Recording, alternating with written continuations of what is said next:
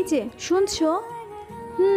তোমাকেই বলছি, আমাদের চ্যানেলটি সাবস্ক্রাইব করে দাও না প্লিজ।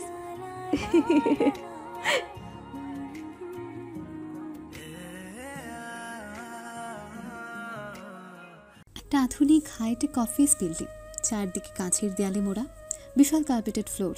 কাঁচের জানালার বাইরে শহরের জৌলুস ঝলমল করছে। একটা বিলাসবহুল অফিস রুম, একপাশে শব্দহীন এসি চলছে। বিশাল বড় ডেস্কের অপর পাশে ফারহান চৌধুরী বসে আছে। তার সামনে ডেস্কে রয়েছে ল্যাপটপ, বিভিন্ন কাগজপত্র এবং বড় একটা ডিজিটাল স্ক্রিন। চলছে স্টক মার্কেটের আপডেট। টপ বিলিয়নিয়ার বিজনেসম্যান করিম চৌধুরীর একমাত্র ছেলে ফারহান চৌধুরী, অর্থবিত্তের মাঝে বড় হওয়া একটা রিচ কিড যাকে বলে। জীবনে যে কখনো অভাব দেখেনি, না চাইতে যার জীবনে হাজির হয়েছে সব কিছু। ফারহান চুপচাপ তার ডেস্কে বসেছিল, কি যেন ভাবছে সে। তখন দরজা খুলে ঢুকে। বস, আজকের মিটিং রিপোর্ট আমি মেইল করে দিয়েছি, আর এই যে আজকের কোম্পানি টার্নওভার রিপোর্ট। ধন্যবাদ আকাশ, পেপারসগুলো রাখো ওখানে টেবিলের উপরে। আকাশ নীরবে কাগজ রেখে দেয়। কিছুক্ষণ নীরবতা। ফারহান জানলার দিকে তাকিয়ে থাকে। বাইরে আকাশে সাদা মেঘ ভাসছে। আকাশ ফারহানের জন্য কাজ করে তার অফিসে, কিন্তু তারা আবার ছোটবেলা থেকে বন্ধু। একসাথে স্কুল, কলেজ, ভার্সিটির গণ্ডি কাটিয়ে এখন অবধি আকাশ ফারহানের সাথে আছে। সত্যি বলতে আকাশ বাদে ফারহানের কোনো বন্ধু নেই। তুই ঠিক আছিস ফারহান? আকাশ, তুই তো জানিস টাকার পাহাড়ের উপর বসেও মনে হয় যেন আমি শূন্য। কি বলছিস? তুই যে এখন বিশ্বের টপ বিলিয়নারদের একজন, তোর বাবার সাম্রাজ্যের একচ্ছত্র অধিপতি তুই। কি নেই তোর? যা চাস তাই পেয়ে যাচ্ছিস সবসময়। কিন্তু বলতো আকাশ, এই সাফল্যের পেছনে আছে কি? একটাও তো নিজের মানুষ নেই। সবার মুখে হাসি, কিন্তু চোখে লোভ। সবাই তো শুধু চায় কিছু না কিছু আমার দেখে। কেউ হয়তো টাকা, কেউ হয়তো ক্ষমতা। সেটা তুই ঠিক বলেছিস। সবাই চাটুকার, কেউ তোর পাশে দাঁড়ায়নি আসল বন্ধু হয়ে। সবাই তোকে মানিয়ে চলে তোর টাকার লোভেই। আমার বাবা করিম চৌধুরী, উনি আমাদের পরিবারের নাম দাম ব্যবসা সব কিছু গড়ে তুলেছেন। আমি শুধু উত্তরাধিকারী। কিন্তু কখনো কি আমি নিজের ইচ্ছায় কিছু করেছি? কোনো সম্পর্ক গড়েছি? তুই তো অনেক কিছু করতে পারিস ভাই, কিন্তু তোর সময়েরই অভাব। এই সাম্রাজ্য চালাতে চালাতে তুই নিজের মানুষ খুঁজতেই পারিসনি। আকাশ, তোকে বলি আমার মনের একটা ভাবনা।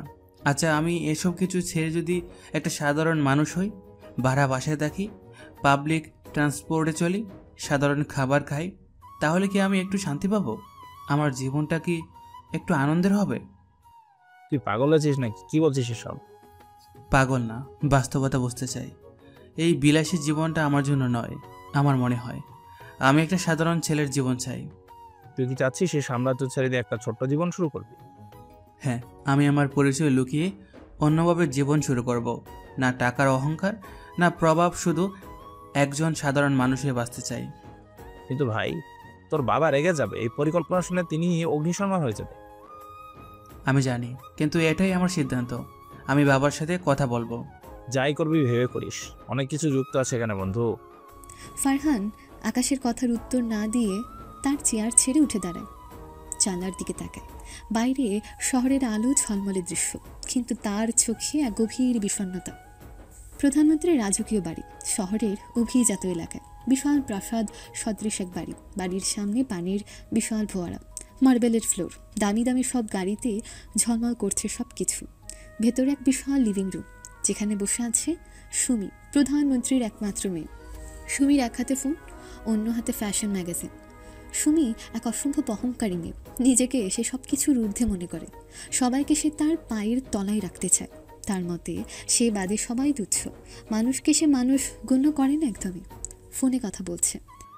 নারিয়া, এই জুতোটা আমার পছন্দ না। লুইস ভিটনের নতুন কালেকশন এনেছে না, কাল দুটো এনে দেখিও তো আমাকে। আর বলো তোমার পার্সোনাল শপারকে যেন আজ সন্ধ্যায় কিছু রেয়ার জুয়েলারি আনায়। একপাশে দাঁড়িয়ে আছে বাসার পরিচারিকা, চুপচাপ চায়ের কাপ ধরেছে। সুমি এক চুমুক দিয়ে মুখ বাঁকায়। এই কি চা বানাও? দুধের গন্ধে মনে হচ্ছে যেন গোয়াল ঘরে বসে আছি। ছি। ম্যাডাম, আমি আবার বানিয়ে দেই? না, দরকার নেই। তুমি বরং গেটের বাইরে গিয়ে দাঁড়াও, না হলে মেজাজটা খারাপ হয়ে যাবে। কাজের মেয়ে ভয়ে বের হয়েছে। তখন সুমির ড্রাইভার চুপচাপ রুমে এসে ঢোকে। সুমি তার দিকে তাকায়। আজ সকালও তুমি গাড়ি ঠিকভাবে পার্ক করতে পারোনি? তোমার ডান বাম বোঝার জ্ঞানও নেই। মাফ করবেন ম্যাডাম, একটু জায়গা কম ছিল। ফালতু যুক্তি দিও না। আজ থেকে তুমি আর আমাদের গাড়ি চালাবে না, চাকরি শেষ। ম্যাডাম, আমি আমার পরিবার। আমি দাতব্য সংস্থা চালাই না, এসব মরা কান্না আমাকে দেখাবে না। কাজ করতে পারবে না, তাই চাকরিও থাকবে না। যাও, বেরিয়ে যাও, যত সব গাধা নিয়ে ভরে গিয়েছে চারপাশটা। ড্রাইভার চুপচাপ সরে যায়। সুমি উঠে গিয়ে জানলা দিয়ে বাগানে তাকায়। সেখানকার ফুল নষ্ট হয়ে গেছে, কিছু শুকিয়ে পড়েছে। পাশে থাকা মালি ভয়ে দূরে দাঁড়িয়ে। এই মালির বাচ্চা, তুমি এই বাগানের কি হাল করেছো? এগুলো তো শুকিয়ে মরে গেছে। ম্যাডাম, গত সপ্তাহে সার দিতে চেয়েছিলাম, কিন্তু আপনি বলেছিলেন পানি দিলেই চলবে। চুপ করো। এই বাগান তোমার মায়ের সম্পত্তি না, যে যা খুশি করবে। নিজের কাজ করতে পারো না, আবার আমাকে দোষ দিচ্ছ। তোমার তো সাহস কম না। আজই তোমার চাকরি শেষ, বেরিয়ে যাও এখান থেকে। মালি মাথা নিচু করে সরে যায়। ঠিক তখনই সুমির বাবা দেশের প্রধানমন্ত্রী সাহেব ঘরে ঢোকেন। তার মুখে হালকা হাসি। কি হচ্ছে আমার রাজকন্যা? বাবা, তুমি আসলে? দেখো না বাবা, একজনও কাজ করতে পারে না ঠিক মতো। সব কিছু কি আমি দেখতে পারি বলো? আমি তো শুনলাম তুমি আবার একদিনে 3 জনকে চাকরি থেকে বের করে দিয়েছো। ও বাবা, ওরা তো তাদের কাজ ঠিকমতো করতেই পারেনি, তাই ছাঁটাই করেছি। আর আমি তো তোমার প্রিন্সেস, আমি কি ভুল করতে পারি? হুম হুম। হ্যাঁ হ্যাঁ, ঠিক বলেছো। তোমার জন্য সবই ঠিক আছে। বলো, কি চাও আজ? বাবা, আমার একটা প্রিয় শপিং স্পট আছে না, ওদের নতুন কালেকশন এসেছে। একটু শপিং করতে হবে, একটু বেশি খরচ করতে হবে। টাকা কি কোনো ব্যাপার সোনা? তোমার চাহিদাই আমার খুশি। বাবা তার কার্ড বের করে দেন। সুমি খুশিতে বাবার গলায় ঝাঁপিয়ে পড়ে। আমি জানতাম তুমি হলে পৃথিবীর সেরা বাবা। শুধু একটা অনুরোধ, শুধু একটু মানুষকে সম্মান করতে শেখো মা। সবাই আমাদের মতো সৌভাগ্যবান না। ওরা আমার লেভেলের না বাবা, আমি তো কেবল বাস্তব বলছি। বাবা কিছু না বলে মাথা নেড়ে বের হয়েছেন। সুমি আয়নায় নিজের প্রতিচ্ছবি দেখে, ঠোঁটে লিপস্টিক ঠিক করে। তার চোখে আত্মবিশ্বাস, কিন্তু সেই আত্মবিশ্বাসের আড়ালে এক প্রচণ্ড অহংকার, যা সময়ের সঙ্গে কিভাবে ভাঙবে তা এখনও অজানা। আগের দিনের সন্ধ্যা। ফারহান তার বিশাল অফিসের কেবিনে বসে। বাইরে সূর্য ডুবে যাচ্ছে, জানলার কাছে লাল কমলা আলো পড়ছে। আকাশ চুপচাপ দাঁড়িয়ে। হাই, তুই সারাদিন চুপচাপ, আবার কিছু ভাবছিস তাই না? আকাশ, আমি সিদ্ধান্ত নিয়েছি, এবার আর পিছিয়ে যাব না। আবার কি সিদ্ধান্ত? আমি এই কোটিপতির জীবন থেকে বের হতে চাই। আমি সাধারণ মানুষের জীবন চাই, যেখানে কেউ আমাকে বস না বলে শুধু ফারহান বলে ডাকবে। কেউ টাকা দেখে বন্ধুত্ব করবে না। তুই কি পাগলামি ছাড়বি না ভাই? এত কিছু ছেড়ে দিতে চাচ্ছিস? এত বড় এম্পায়ার, এই আলিশান জীবন, তোর হাতে কোটি কোটি টাকার রেসপন্সিবিলিটি। আমি জানি আকাশ, কিন্তু এসব দিয়ে কি শান্তি পাওয়া যায়? একটা সহজ জীবন, একটা ছোটো বাসা, একটা সাধারণ ক্লাসরুম, কিছু সাধারণ বন্ধুত্ব, ওই জীবনই তো চেয়েছি সবসময়। কিন্তু তুই কোথায় যাবি, কিভাবে করবি? আমি নতুন একটা ইউনিভার্সিটিতে ভর্তি হব, আমার পরিচয় লুকিয়ে। কেউ জানবে না আমি কে, শুধু একজন সাধারণ ছাত্র। তুই আমার সাথে আসবি? তোকে ছাড়া যাবো কোথায়? কিন্তু তোর বাবা? ওটাই এখন সবচেয়ে কঠিন, তাকে রাজি করানো। করিম চৌধুরীর প্রাসাদ সদৃশ বাড়ি। ডাইনিং টেবিলে ফারহান ও করিম চৌধুরী খাবার খাচ্ছেন। মাঝে মধ্যে চোখাচোখি হলেও কেউ কিছু বলছে না। অবশেষে ফারহান মুখ খোলে। বাবা, একটা কথা বলতে চাই। হ্যাঁ বলো, কি হয়েছে? আমি ইউনিভার্সিটিতে ভর্তি হতে চাই আবার, কিন্তু পরিচয় লুকিয়ে। আমি চাই না কেউ জানুক আমি তোমার ছেলে। কি বলছো তুমি? তুমি আবার ভার্সিটিতে ভর্তি হয়ে পড়াশোনা করবে মানে? তাও নিজের পরিচয়ে লুকিয়ে?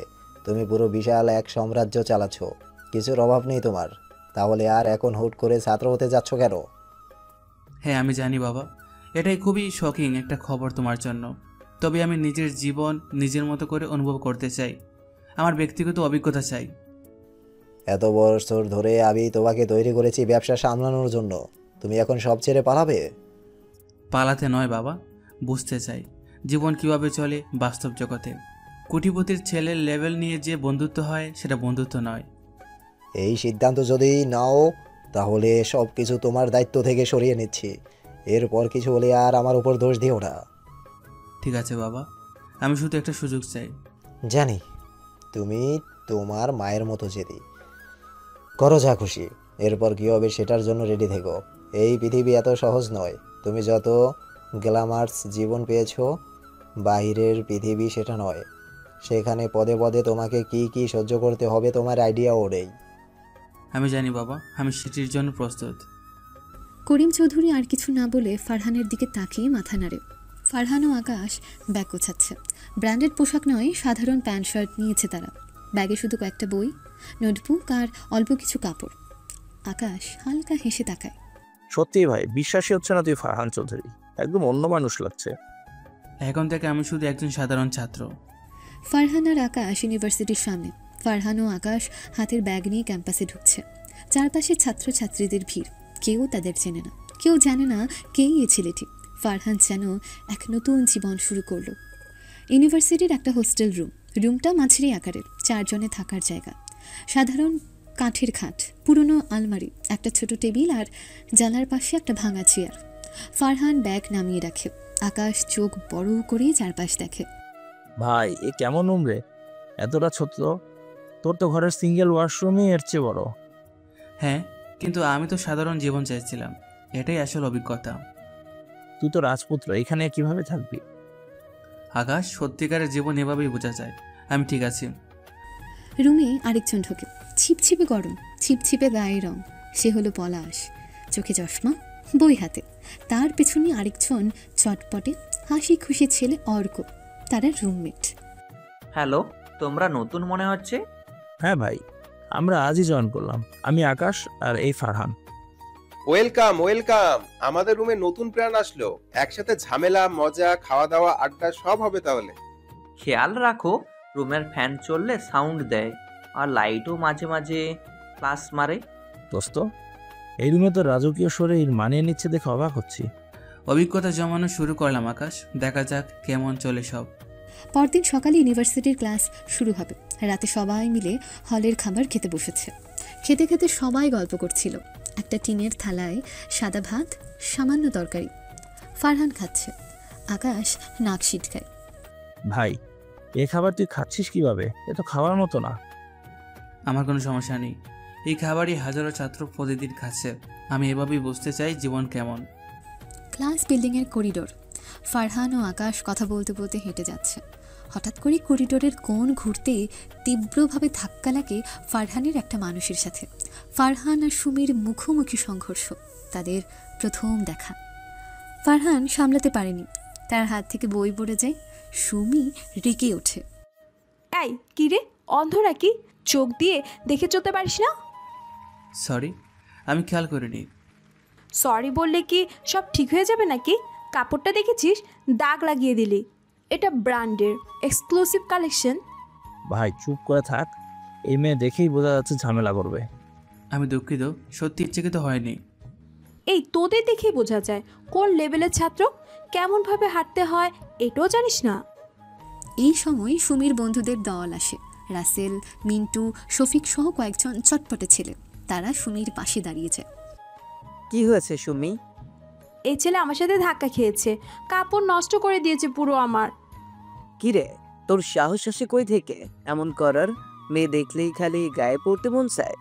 জানিস কেউ প্রধানমন্ত্রীর একমাত্র মেয়ে সুমি।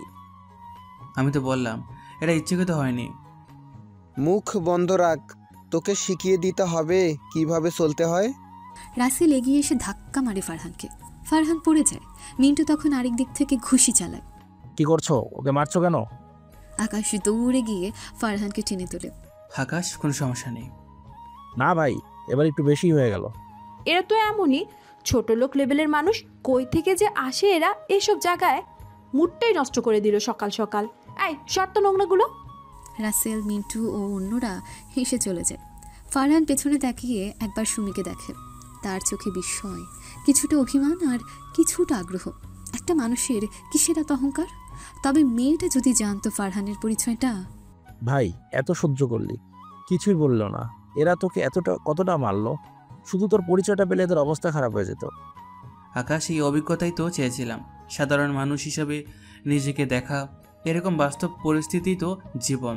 আমার পরিচয় দিলে তারা আমাকে ধরার সাহস পেত না, কিন্তু একটা সাধারণ মানুষের সাথে তাদের ব্যবহারটা কিন্তু এমনই।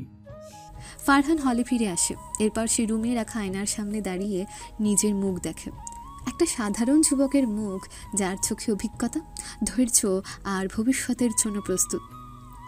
এক অন্যরকম আগ্রহ তার চোখে মুখে। ফারহান ভার্সিটিতে তার নতুন জীবনে মানিয়ে নিতে খুবই আত্মবিশ্বাসী হয়ে ওঠে। সে একে একে তার ক্লাস, হল, বন্ধুদের সাথে সম্পর্ক তৈরি করার পাশাপাশি পড়াশোনাতেও অসাধারণ মনোযোগী হয়ে ওঠে। প্রথম দিন থেকে সে জানিয়ে দেয় তার জীবন আর আগের মতো নয় এবং সে এখানে নিজেকে সম্পূর্ণ নতুনভাবে প্রতিষ্ঠিত করবে। শুরুর দিকে কিছুটা বিচলিত হলেও ধীরে ধীরে সব কিছু তার জন্য সহজ হতে থাকে। এখন সে নতুন জগতের এক বড় অংশ হয়ে উঠতে চায়, যেখানে কোনো ধরনের প্রভাব বা বংশের গৌরব নয়, বরং তার নিজের প্রতিভা ও কঠোর পরিশ্রমই তাকে সামনে এগিয়ে নিয়ে যাবে। সে প্রতিদিন নিয়মিত ক্লাসে যায়, সঠিকভাবে সময় মানে, পড়াশোনা করে এবং নিজের কাজ নিয়ে ব্যস্ত থাকে। তার কঠোর পরিশ্রমের ফলও মিলতে থাকে। একদিন ক্লাসের শেষে প্রফেসর হাসান রেজা তাকে ডেকে বললেন, ফারহান, তুমি যে কাজগুলো করেছো তা আমাকে খুবই মুগ্ধ করেছে। আমি দেখছি তোমার মধ্যে এক অদ্ভুত ক্ষমতা আছে, যা তোমাকে আরও অনেক দূর এগিয়ে নিয়ে যাবে। তুমি হয়তো জানো না, কিন্তু তোমার অধ্যবসায় এবং পরিশ্রম দেখে আমি ভীষণ খুশি। ফারহান একটু হাসল। তার মুখে অল্প কিছু লজ্জা ছিল, তবে এটা ছিল সুখের অনুভূতি। ধন্যবাদ স্যার, আমি চেষ্টা করছি, তবে এটা শুধুমাত্র শুরু। আমাকে আরও অনেক কিছু শিখতে হবে, অনেক কিছু এখনও আমার জানা বাকি। আমাকে সাহায্য করবেন? অবশ্যই ফারহান, তুমি অবশ্যই পারবে। তোমার মাঝে সে যোগ্যতা আছে। তুমি তোমার মতো চালিয়ে যাও। তোমার কোনো দরকার হলে আমার কাছে এসো। প্রফেসর হাসান রেজা ফারহানের কাজের প্রশংসা করে, ফারহানের মনোবল আরও শক্ত করে দেন। তার শিক্ষক যেন ফারহানের প্রেরণার নতুন উৎস হয়ে ওঠে। প্রফেসর রেজা তাকে যে সাফল্য দেখাচ্ছিলেন তা আসলে ফারহানকে আরও উদ্দীপিত করেছিল। তবে সে জানে যে এই শিক্ষার ফল কেবল তার একাডেমিক জীবনে সীমাবদ্ধ নয়, তাকে তার ব্যক্তিগত জীবনেও পরিবর্তন আনার জন্য নিজের মনের শক্তি বাড়াতে হবে। এদিকে আকাশও ফারহানের সফলতার জন্য বেশ আনন্দিত। তার বন্ধু ফারহান যেভাবে দিন দিন সাফল্যের শিখরে পৌঁছাচ্ছে তা দেখে সে খুবই গর্বিত। আকাশের মধ্যে কিছুটা উদ্বেগ ছিল, কারণ সে জানত সুমি আর তার দল তার বন্ধুকে পাত্তা দিচ্ছে না এবং তার ক্ষতি করতে পেছনে পড়ে আছে। তবে ফারহান এসব চিন্তা নিয়ে খুব বেশি ব্যস্ত ছিল না। সে জানত সুমি আর তার বন্ধুদের কী মনে হচ্ছে তা কোনো বিষয় নয়, তার নিজস্ব জীবনটাই এখন সব কিছু। তবে এইদিকে সুমি আর তার বন্ধুদের কাছে ফারহান এখনও একটা বিরক্তির বিষয়। সুমি তার বন্ধুদের সঙ্গে আলোচনা করে ফারহানকে র্যাগ দিতে চায় এবং তার নাম খারাপ করতে চায়। সুমি ও তার দল এটাকে বেশ উপভোগ্য মনে করত। তারা ফারহানকে নিয়ে গুজব তৈরি করে, তার মেধা নিয়ে খারাপ মন্তব্য করতে থাকে। তারা এমনকি তার বন্ধুদেরও বিপদে ফেলতে শুরু করে। প্রথমে সুমি তার বন্ধুদের বলেছিল যে ফারহান কিছুই জানে না এবং সে শুধু গোপনে বড় লোকদের ছেলেদের মতন নিজের নাম তৈরি করতে চায়। এই ফারহান ছেলে কি অসহ্যকর, ঠিক একটা টিচারদের চামচা, ভালো ভাব দেখায় সবার সামনে, নিশ্চয়ই ভিতরে কিছু একটা আছে। এত সাধু সাধু নিয়ে থাকে যেন কিচ্ছুই বোঝে না। একে শায়েস্তা করব আমি। এছাড়া সুমি মেয়েদের সাথে বসে ফারহানকে নিয়ে নানা ধরনের খারাপ কথাবার্তা শোনায়, যা ছিল এক ধরনের মানসিক অত্যাচার। বিভিন্ন মেয়েরা এসে ফারহানকে অপমান করে, তারা তাকে নিয়ে হাসি তামাশা করত, কিন্তু ফারহান এসব সবার উপরে সয়ে গেছে। সে জানতো এরা শুধুমাত্র তাদের মানসিকতার কারণে এমন আচরণ করছে। ও হ্যাঁ, তুমি ফারহানকে জানো না? সে নিজেকে একটু বেশি গুরুত্ব দেয়। কী যে ভাবে নিজেকে, কিন্তু চলাফেরা কি খ্যাত, গর্বের মতো আসে ক্লাসে, কিন্তু ভাব একদম 16 আনা। তারপর প্রফেসরদের সাথে কি ভাব, একে দেখলেই কেমন হাসি পায়। ঠিক বলেছ, ছেলেটার ভাব একটু বেশি আর সবার থেকেই কেমন আলাদা হয়ে থাকে। ভাব দেখে মনে হয় লাট সাহেব, আসলে তো সেই আমাদের পাত্তা পাওয়ার যোগ্যতাই রাখে না। ফারহান এসব শুনে শুধু মাথা নেড়ে দেয়, সে কিচ্ছু বলতো না। তার ভেতরে খুব পরিষ্কার ছিল যে সে এসব নিয়ে ভাবতে চায় না। তার জীবনের সবচেয়ে বড় শক্তি ছিল সে কোনো কিছু নিয়ে মাথা ঘামাতে চায় না। তবে আকাশ এসব কিছু দেখে শুনে উত্তেজিত হয়ে ওঠে।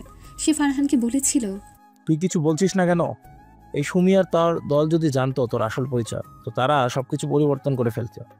তোর তো বাবা বিশাল বিজনেসম্যান, সবকিছু জানলে তো তারা লজ্জায় পালাতে পারবে না। ফারহান কিছুক্ষণ চুপ করে থেকে আকাশের দিকে তাকিয়ে বলে, আকাশ, জানিস আমি চাই না তারা এসব জানুক। আমি এখন সাধারণ মানুষ হিসেবে বাঁচতে চাই। আমার মনের শান্তি দরকার, আর ওইসব জানলে আমি আর শান্ত থাকতে পারবো না। এটা তাদের নিয়ে না, বরং তাদের মনোভাব নিয়ে আমার কোনো দুশ্চিন্তা নেই।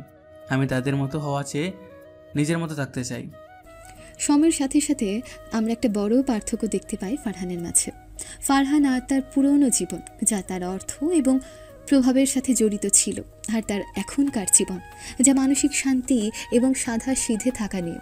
সে এখন বোঝে জীবনের আসল সুখ শুধুমাত্র অভ্যন্তরীণ শান্তিতে। ফারহান জানতো প্রতিদিন সারাদিন কঠোর পরিশ্রম এবং আত্মবিশ্বাসের সাথে থাকলে একদিন তার এই সমস্ত সমালোচনা সব কিছুই হারিয়ে যাবে। সে শুধু নিজের পথে হাঁটতে চায়, কোনো কিছুই তার লক্ষ্য থেকে তাকে সরিয়ে নিতে পারবে না। এভাবে ফারহান নতুন জীবনে চলতে থাকে। তার দিকে যতই আক্রমণ আসুক না কেন, সে কোনোভাবেই তার গতিরোধ করতে দেয় না। একমাত্র তার নিজের বিশ্বাস, তার শিক্ষা এবং আত্মবিশ্বাসী তার জীবনের পরবর্তী অঙ্গীকার তৈরি করবে। সবাই যতই তাকে বিরক্ত করুক, ফারহান কোনো কিছুতেই পাত্তা দেয় না একদম। ফারহান এবং আকাশ দুজনেই নিজেদের জীবনের এক নতুন অভিজ্ঞতা অর্জন করার জন্য অতি উৎসাহী ছিল কক্সবাজারে ট্যুরে যাওয়া নিয়ে। যদিও তারা পৃথিবী জুড়ে প্রাচুর্য এবং বিলাসিতায় ভরপুর জীবনযাপন করছিল, তবুও তারা এই সাধারণ জীবনের একটা নতুন অভিজ্ঞতা নিতে আগ্রহী ছিল। ভার্সিটি ট্যুরের বিষয়টা তাদের জন্য যেন একটা নতুন সুযোগ এনে দিল। ফারহানের জন্য একদম প্রোটেকশন ছাড়া এটা প্রথম ট্যুর, একদম শুধু নিজের মতো করে। ট্যুরের ঘোষণা শোনার পর সবার মধ্যে উত্তেজনা ছড়িয়ে পড়ল। সবার মধ্যে আলোচনা শুরু হয়ে গেল কিভাবে সময় কাটানো যাবে, কোথায় ঘুরতে যেতে হবে, কিভাবে পুরো ট্যুরটা উপভোগ করা হবে। এই সব কিছু নিয়ে উত্তেজনা তুঙ্গে ছিল। প্রত্যেক ছাত্রছাত্রী নিজেদের পছন্দের জায়গার কথা বলছিল। কেউ সি বিচে যেতে চাইছিল, কেউ চাইছিল পাহাড়ে হাইকিং করতে, আবার কেউ চাইছিল সারা রাত সৈকতে সময় কাটাতে। আমি চাই সি বিচে গিয়ে সারা রাত চাঁদের আলে ঘুরবো। মিন্টু, তুমিও তো জানো আমি ছবি তুলতে বেশ পছন্দ করি। তুমি কি ক্যামেরার দায়িত্ব নিবে? আরে অন্য চিন্তা করিস না, তোর চমৎকার সব ছবি তুলে দেব, তুই শুধু পোজে দাঁড়িয়ে থাকবি। ভালো করে তুলবি, আমার সোশ্যাল মিডিয়াতে দিতে হবে। সব ছেলেরা আমার এক একটা ছবি দেখে পাগল হয়ে যাবে। এভাবে সুমি তার বন্ধুদের সঙ্গে মিলে তার স্বপ্নের ট্যুরের পরিকল্পনা শুরু করলো। তবে সে যে সবসময় অন্যদের উপর তার ইচ্ছা চাপিয়ে দেয়, সেটা সবার কাছে স্পষ্ট ছিল। ফারহান আর আকাশ এ ব্যাপারে খুব শান্ত ছিল। তারা জানতো এসব বড় বড় পরিকল্পনা তো কেবল শোনা যায়, বাস্তবে আসলে কি হবে তা তো কেউ জানে না। ট্যুরের দিন চলে আসে। বাসের মধ্যে সবাই জমিয়ে হাস্যরস করছিল, হাসাহাসি, গান, জোকস সবই চলছিল। তবে সুমি আর তার বন্ধুরা তেমন এক্সাইটেড ছিল না। তারা ফারহান এবং আকাশকে বেশ বিরক্ত চোখে দেখছিল। যখন ফারহান আর আকাশ বাসে উঠল, তখন সুমি এবং তার বন্ধুদের চোখে একটা হাসি দেখতে পেল। আর দেখ দেখ, জোকারগুলো আবার এভাবে আমাদের সামনে চলে আসলো, কি অদ্ভুত। ট্যুরটা শুরু হতে না হতেই বিরক্তিকর হয়ে গেল। কোথা থেকে যে এইসব ফালতু পোলাপান আসে, ধুর। ফারহান ও আকাশ পাত্তা দেয় না এসব কথায়। তারা জানতো এমনটা হবে। তারা হাসতে হাসতে নিজেদের সিটে গিয়ে বসে পড়ল। বাসের মধ্যে অন্যরকম আনন্দের পরিবেশ তৈরি হয়েছিল। সবাই একে অপরকে মজা করছিল, গান গাইছিল, আবার কারো কারো মুখে নতুন জোকস ছিল। একবার একজন লোক আরেকজনকে বলছে, বলুন তো ডিম আগে না মুরগি আগে? ভাই কোনটা আগে পরে দিয়ে কি হবে, যাবে তো একই পেটে। সবাই হেসে উঠল। এমন হাসি ঠাট্টায়, গানে, আনন্দে বাসটা একেবারে ভরে গেল। সবাই নিজেদের মতো এনজয় করছিল। তবে সুমি এবং তার গ্রুপ এখনও ফারহান এবং আকাশের দিকে তাচ্ছিল্য ভরে তাকিয়েছিল। তারা একটা বিরক্তিমাখা চেহারা নিজেদের মধ্যে নিয়ে বলা বলি করছিল, এরা তো সত্যি খুব সাধারণ, এদেরকে দেখলেই বিরক্ত লাগা শুরু হয়। এমন করে চলতে থাকে। আস্তে আস্তে বাসটা ঢাকা শহর থেকে বের হয়ে যায়। আস্তে আস্তে চারপাশে সবুজের মেলা শুরু হয়। তার মাঝে তাদের বাস বেশ স্পিডে চলছিল, আর বাসের মধ্যে চলছিল সকলে হই হুল্লোড়। সবাই আজকে মুক্ত, স্বাধীন পাখি। আগামী কয়েকটা দিন তারা ব্যস্ত নগরীর ক্লান্ত জীবনের থেকে মুক্ত। বাস অনেকক্ষণ ধরে চলতে থাকে। এরপর দুপুরে তারা 14 গ্রাম নামের একটা জায়গার একটা হোটেলে এসে পৌঁছায়। সবাই একে একে নামতে থাকে বাস থেকে এবং হোটেলে ঢুকে দুপুরের খাবার খাওয়ার জন্য। সবাই যখন ভেতরে নিজেদের জায়গা বেছে নিচ্ছিল, তখন ফারহান হোটেলের বাইরে বের হয়ে একটা বৃদ্ধ মহিলাকে দেখল। বৃদ্ধা চেহারা দেখে তার অসুস্থতা, দুঃখ, দুর্দশা প্রকাশ পাচ্ছিল। ও বাবা, আমারে কিছু টাকা দিবা? আজকে 2 দিন কিচ্ছু গাইতে পাই না, দোয়া করুন তোমার লাইগা, কিছু টাকা দেও আমারে। ফারহান তার পকেট থেকে কিছু টাকা বের করে তাকে দিয়ে দেয়। বৃদ্ধা প্রথমে অবাক হয়ে তাকিয়েছিল, তারপর সে খুশি হয়ে ফারহানকে ধন্যবাদ জানায়। ফারহান তখন তাকে ধীরে ধীরে বলল, আপনি এই টাকা দিয়ে খাবার কিনে খাবেন। আপনাকে সাহায্য করতে পেরে একটু ভালো লাগছে। বিশ্বাস করো বাবা, তুমি অনেক সাহায্য করলে আমারে। এই টাকা দিয়া আমি কয়েকটা দিন খাইতে পারবো।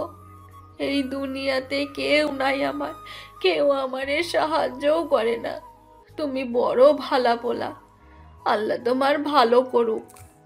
আপনি কাঁদবেন না চাচি, আমি অল্প একটু সাহায্য করেছি, শুধু আমার জন্য দোয়া করবেন। সেই মুহূর্তটা সুমি দূর থেকে দেখে ফারহান কিভাবে বৃদ্ধার সাহায্য করছে। সে এক মুহূর্তের জন্য স্থির হয়ে গেল। হুট করে তার কী যেন হলো। যদিও সে সবসময় এমন মানুষকে ছোট লোক বলে গালিগালাজ করে, তবুও হুট করে তার ভেতরটা কেমন যেন হয়ে গেল। ফারহানকে দেখেও তার মনে হলো এই ছেলেটা একটু অদ্ভুতভাবে ভালো। তবে সাথে সাথে সুমি তার নিজের মনে ভাবতে লাগলো, ছোট লোক তো তারা, এসব আবার কি ভাবছে সে? ছোট লোকদের নিয়ে সে কেন ভাবছে? এসব মানুষকে সে তার পায়ের নিচে রাখে। তবে সে বুঝতে পারছিল না কেন এমন সহানুভূতির অনুভূতি তার মনে আসছে। তখন সুমি নিজের ভেতরে প্রবল দ্বিধা অনুভব করছিল। সে দ্রুত তার বন্ধুদের দিকে চলে গেল এবং মজা করতে শুরু করলো।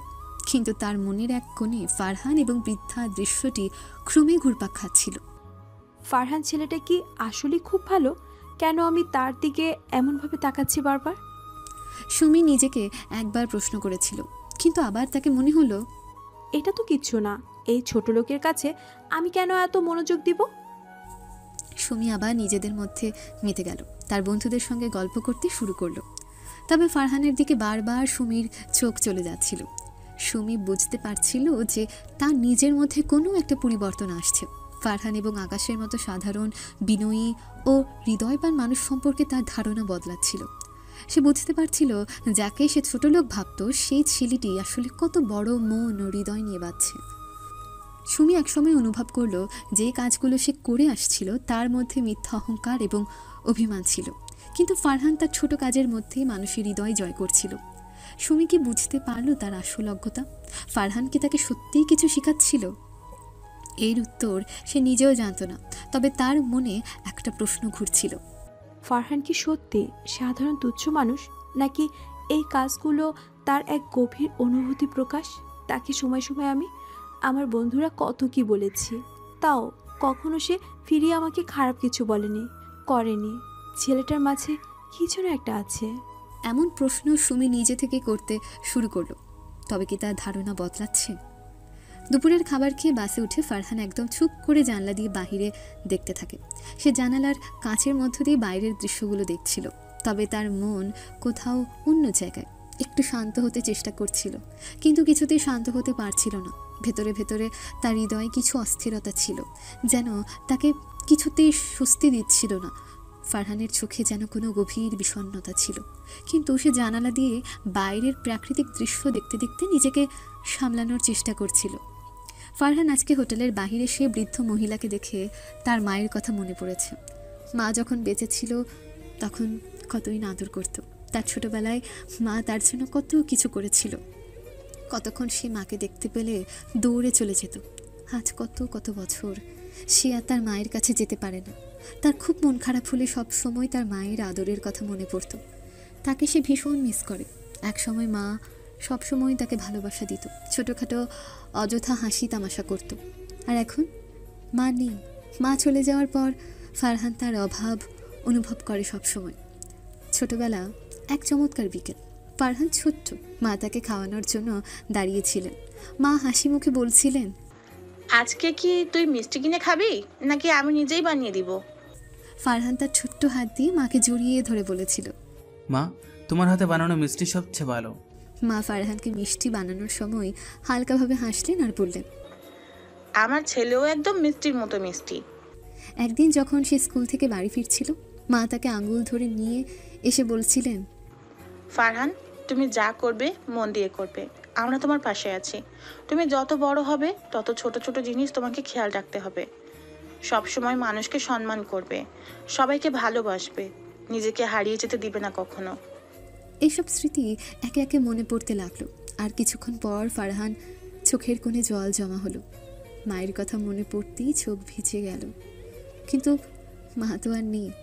হঠাৎ করে খুব খারাপ লাগলো। কেন মা চলে গেল? কেন এত তাড়াতাড়ি চলে গেল? কেন তাকে এত একা রেখে চলে যেতে হলো?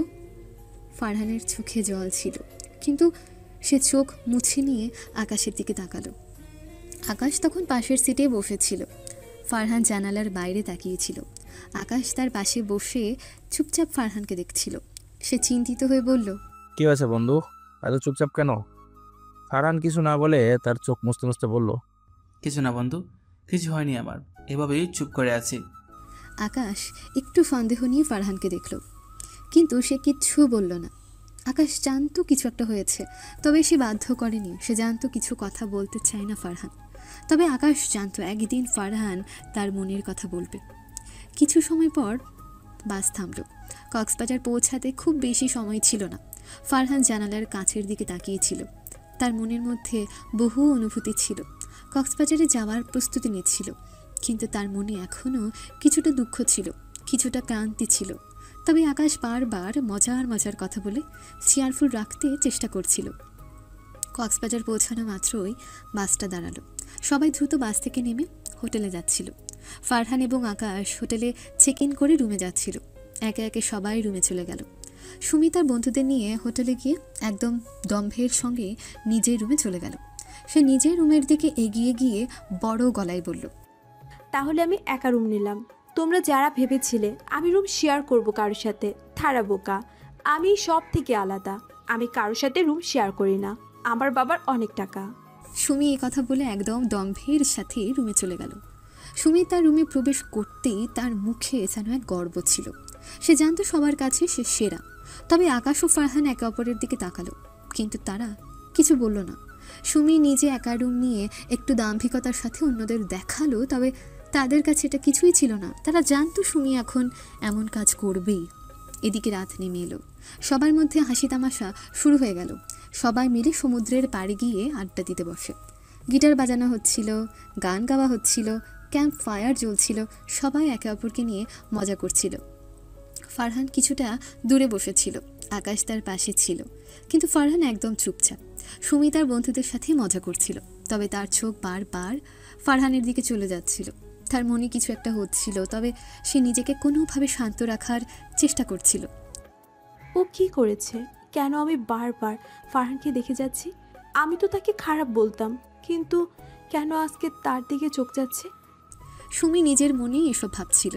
তার মনে কিছু প্রশ্ন উঠছিল, তবে সে নিজের মনের এই প্রশ্নগুলো উপেক্ষা করতে চেয়েছিল। সে দ্রুত তার বন্ধুদের সাথে হাসি তামাশায় ব্যস্ত হয়ে পড়েছিল। এদিকে ফারহান দূরে বসে বসে তার জীবনের নানা দিক নিয়ে ভাবছিল। তার জীবন কি সঠিক পথে চলেছে? সে কি মনের মতো জীবন পাচ্ছে? তার অতীত, তার বর্তমান, তার সমস্ত কিছু মনে আসছিল। আজকে কক্সবাজারে এসে সে আবার অনুভব করছিল কতদিন পর শান্তি পেয়েছে। মনে হচ্ছিল পৃথিবীতে শান্তি টাকার চেয়েও গুরুত্বপূর্ণ। কিন্তু আমরা কি কখনো শান্তি খুঁজি? সবাই শুধু অর্থের লোভেই জীবন কাটায়। ফারহান একদমই এভাবেই ভাবছিল, তবে তার চোখে কিছু ছিল যা আকাশও ধরতে পারেনি। আকাশ তার পাশেই ছিল, কিন্তু ফারহান একদম চুপচাপ ছিল। সে আজ নিজে একা সময় কাটাতে চেয়েছিল। তুই কি ভাবছিস বন্ধু, কিছু বলবি? ফারহান একে একে আকাশের দিকে তাকিয়ে মৃদু হাসল। কিছু না আকাশ, আমি ঠিক আছি, টেনশন করিস না রে বন্ধু, তুই মজা কর, আমি একা থাকতে চাই একটু। আকাশ কিছুটা অবাক হয়ে বলল, আমি জানি তোর ভাবার অনেক ব্যাপার আছে, তোর যেটা ভালো লাগে কর, তবে যদি কখনো কিছু বলতে চাস জানিস তো আমি আছি পাশে তোর। তুই আমার অনেক বড় একটা বর্ষার জায়গা আকাশ, তুই না থাকলে আমি কী করতাম জানি না। বন্ধুই তো বন্ধুর পাশে থাকে, এমন করে বলতে হবে না তোকে। এদিকে সবাই হাসি তামাশা, গান, গিটার বাজাচ্ছিল। সবাই প্রাণ খুলে আড্ডা দিচ্ছিল। এর মাঝে ফারহান নিজের জীবনের বিষণ্ণতা নিয়ে ভাবছিল। সুমি, আকাশ, অন্যরা সবাই একসাথে মজা করছিল, কিন্তু ফারহান একটু দূরে দাঁড়িয়ে নিজের ভাবনায় ডুবেছিল। হুট করে ফারহান উঠে দাঁড়ালো এবং আকাশের কাছে গিয়ে বলল, বন্ধু আমি একটু সময় নিতে চাই, একটু হেঁটে আসছি একলা, তুই থাক এখানে। আকাশ মৃদু হাসল এবং বলল, কখনো যদি কিছু দরকার হয় জানিস তো আমি আছি, সাবধানে থাকিস। ফারহান একলা হাঁটতে হাঁটতে তার জীবনের ভাবনাগুলো একটু আরও ভালোভাবে নিতে শুরু করলো। সুমি, আকাশ, অন্যরা সবাই মজা করছিল, কিন্তু ফারহান তার নিজের সব কিছু নিয়ে ভাবতে শুরু করলো। সে চিন্তা করছে তার জীবনের অনেক কিছুই এখনও সামনে বাকি রয়েছে, তার জন্য সামনে আরও অনেক কিছু ঘটতে চলেছে। এভাবে অনেকটা কাটলো।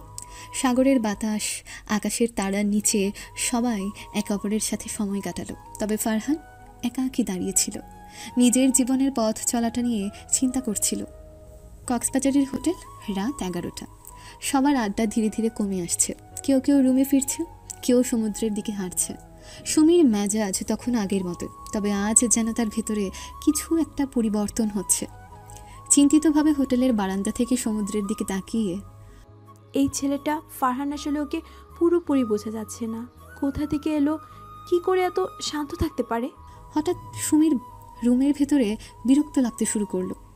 যা হোক, একটু হেঁটে আসি, এভাবে মাথা গরম থাকলে ঘুম হবে না। সুমি হোটেল থেকে বেরিয়ে সমুদ্রের দিকে যায়। চারপাশে অন্ধকার, অনেকেই চলে গেছে।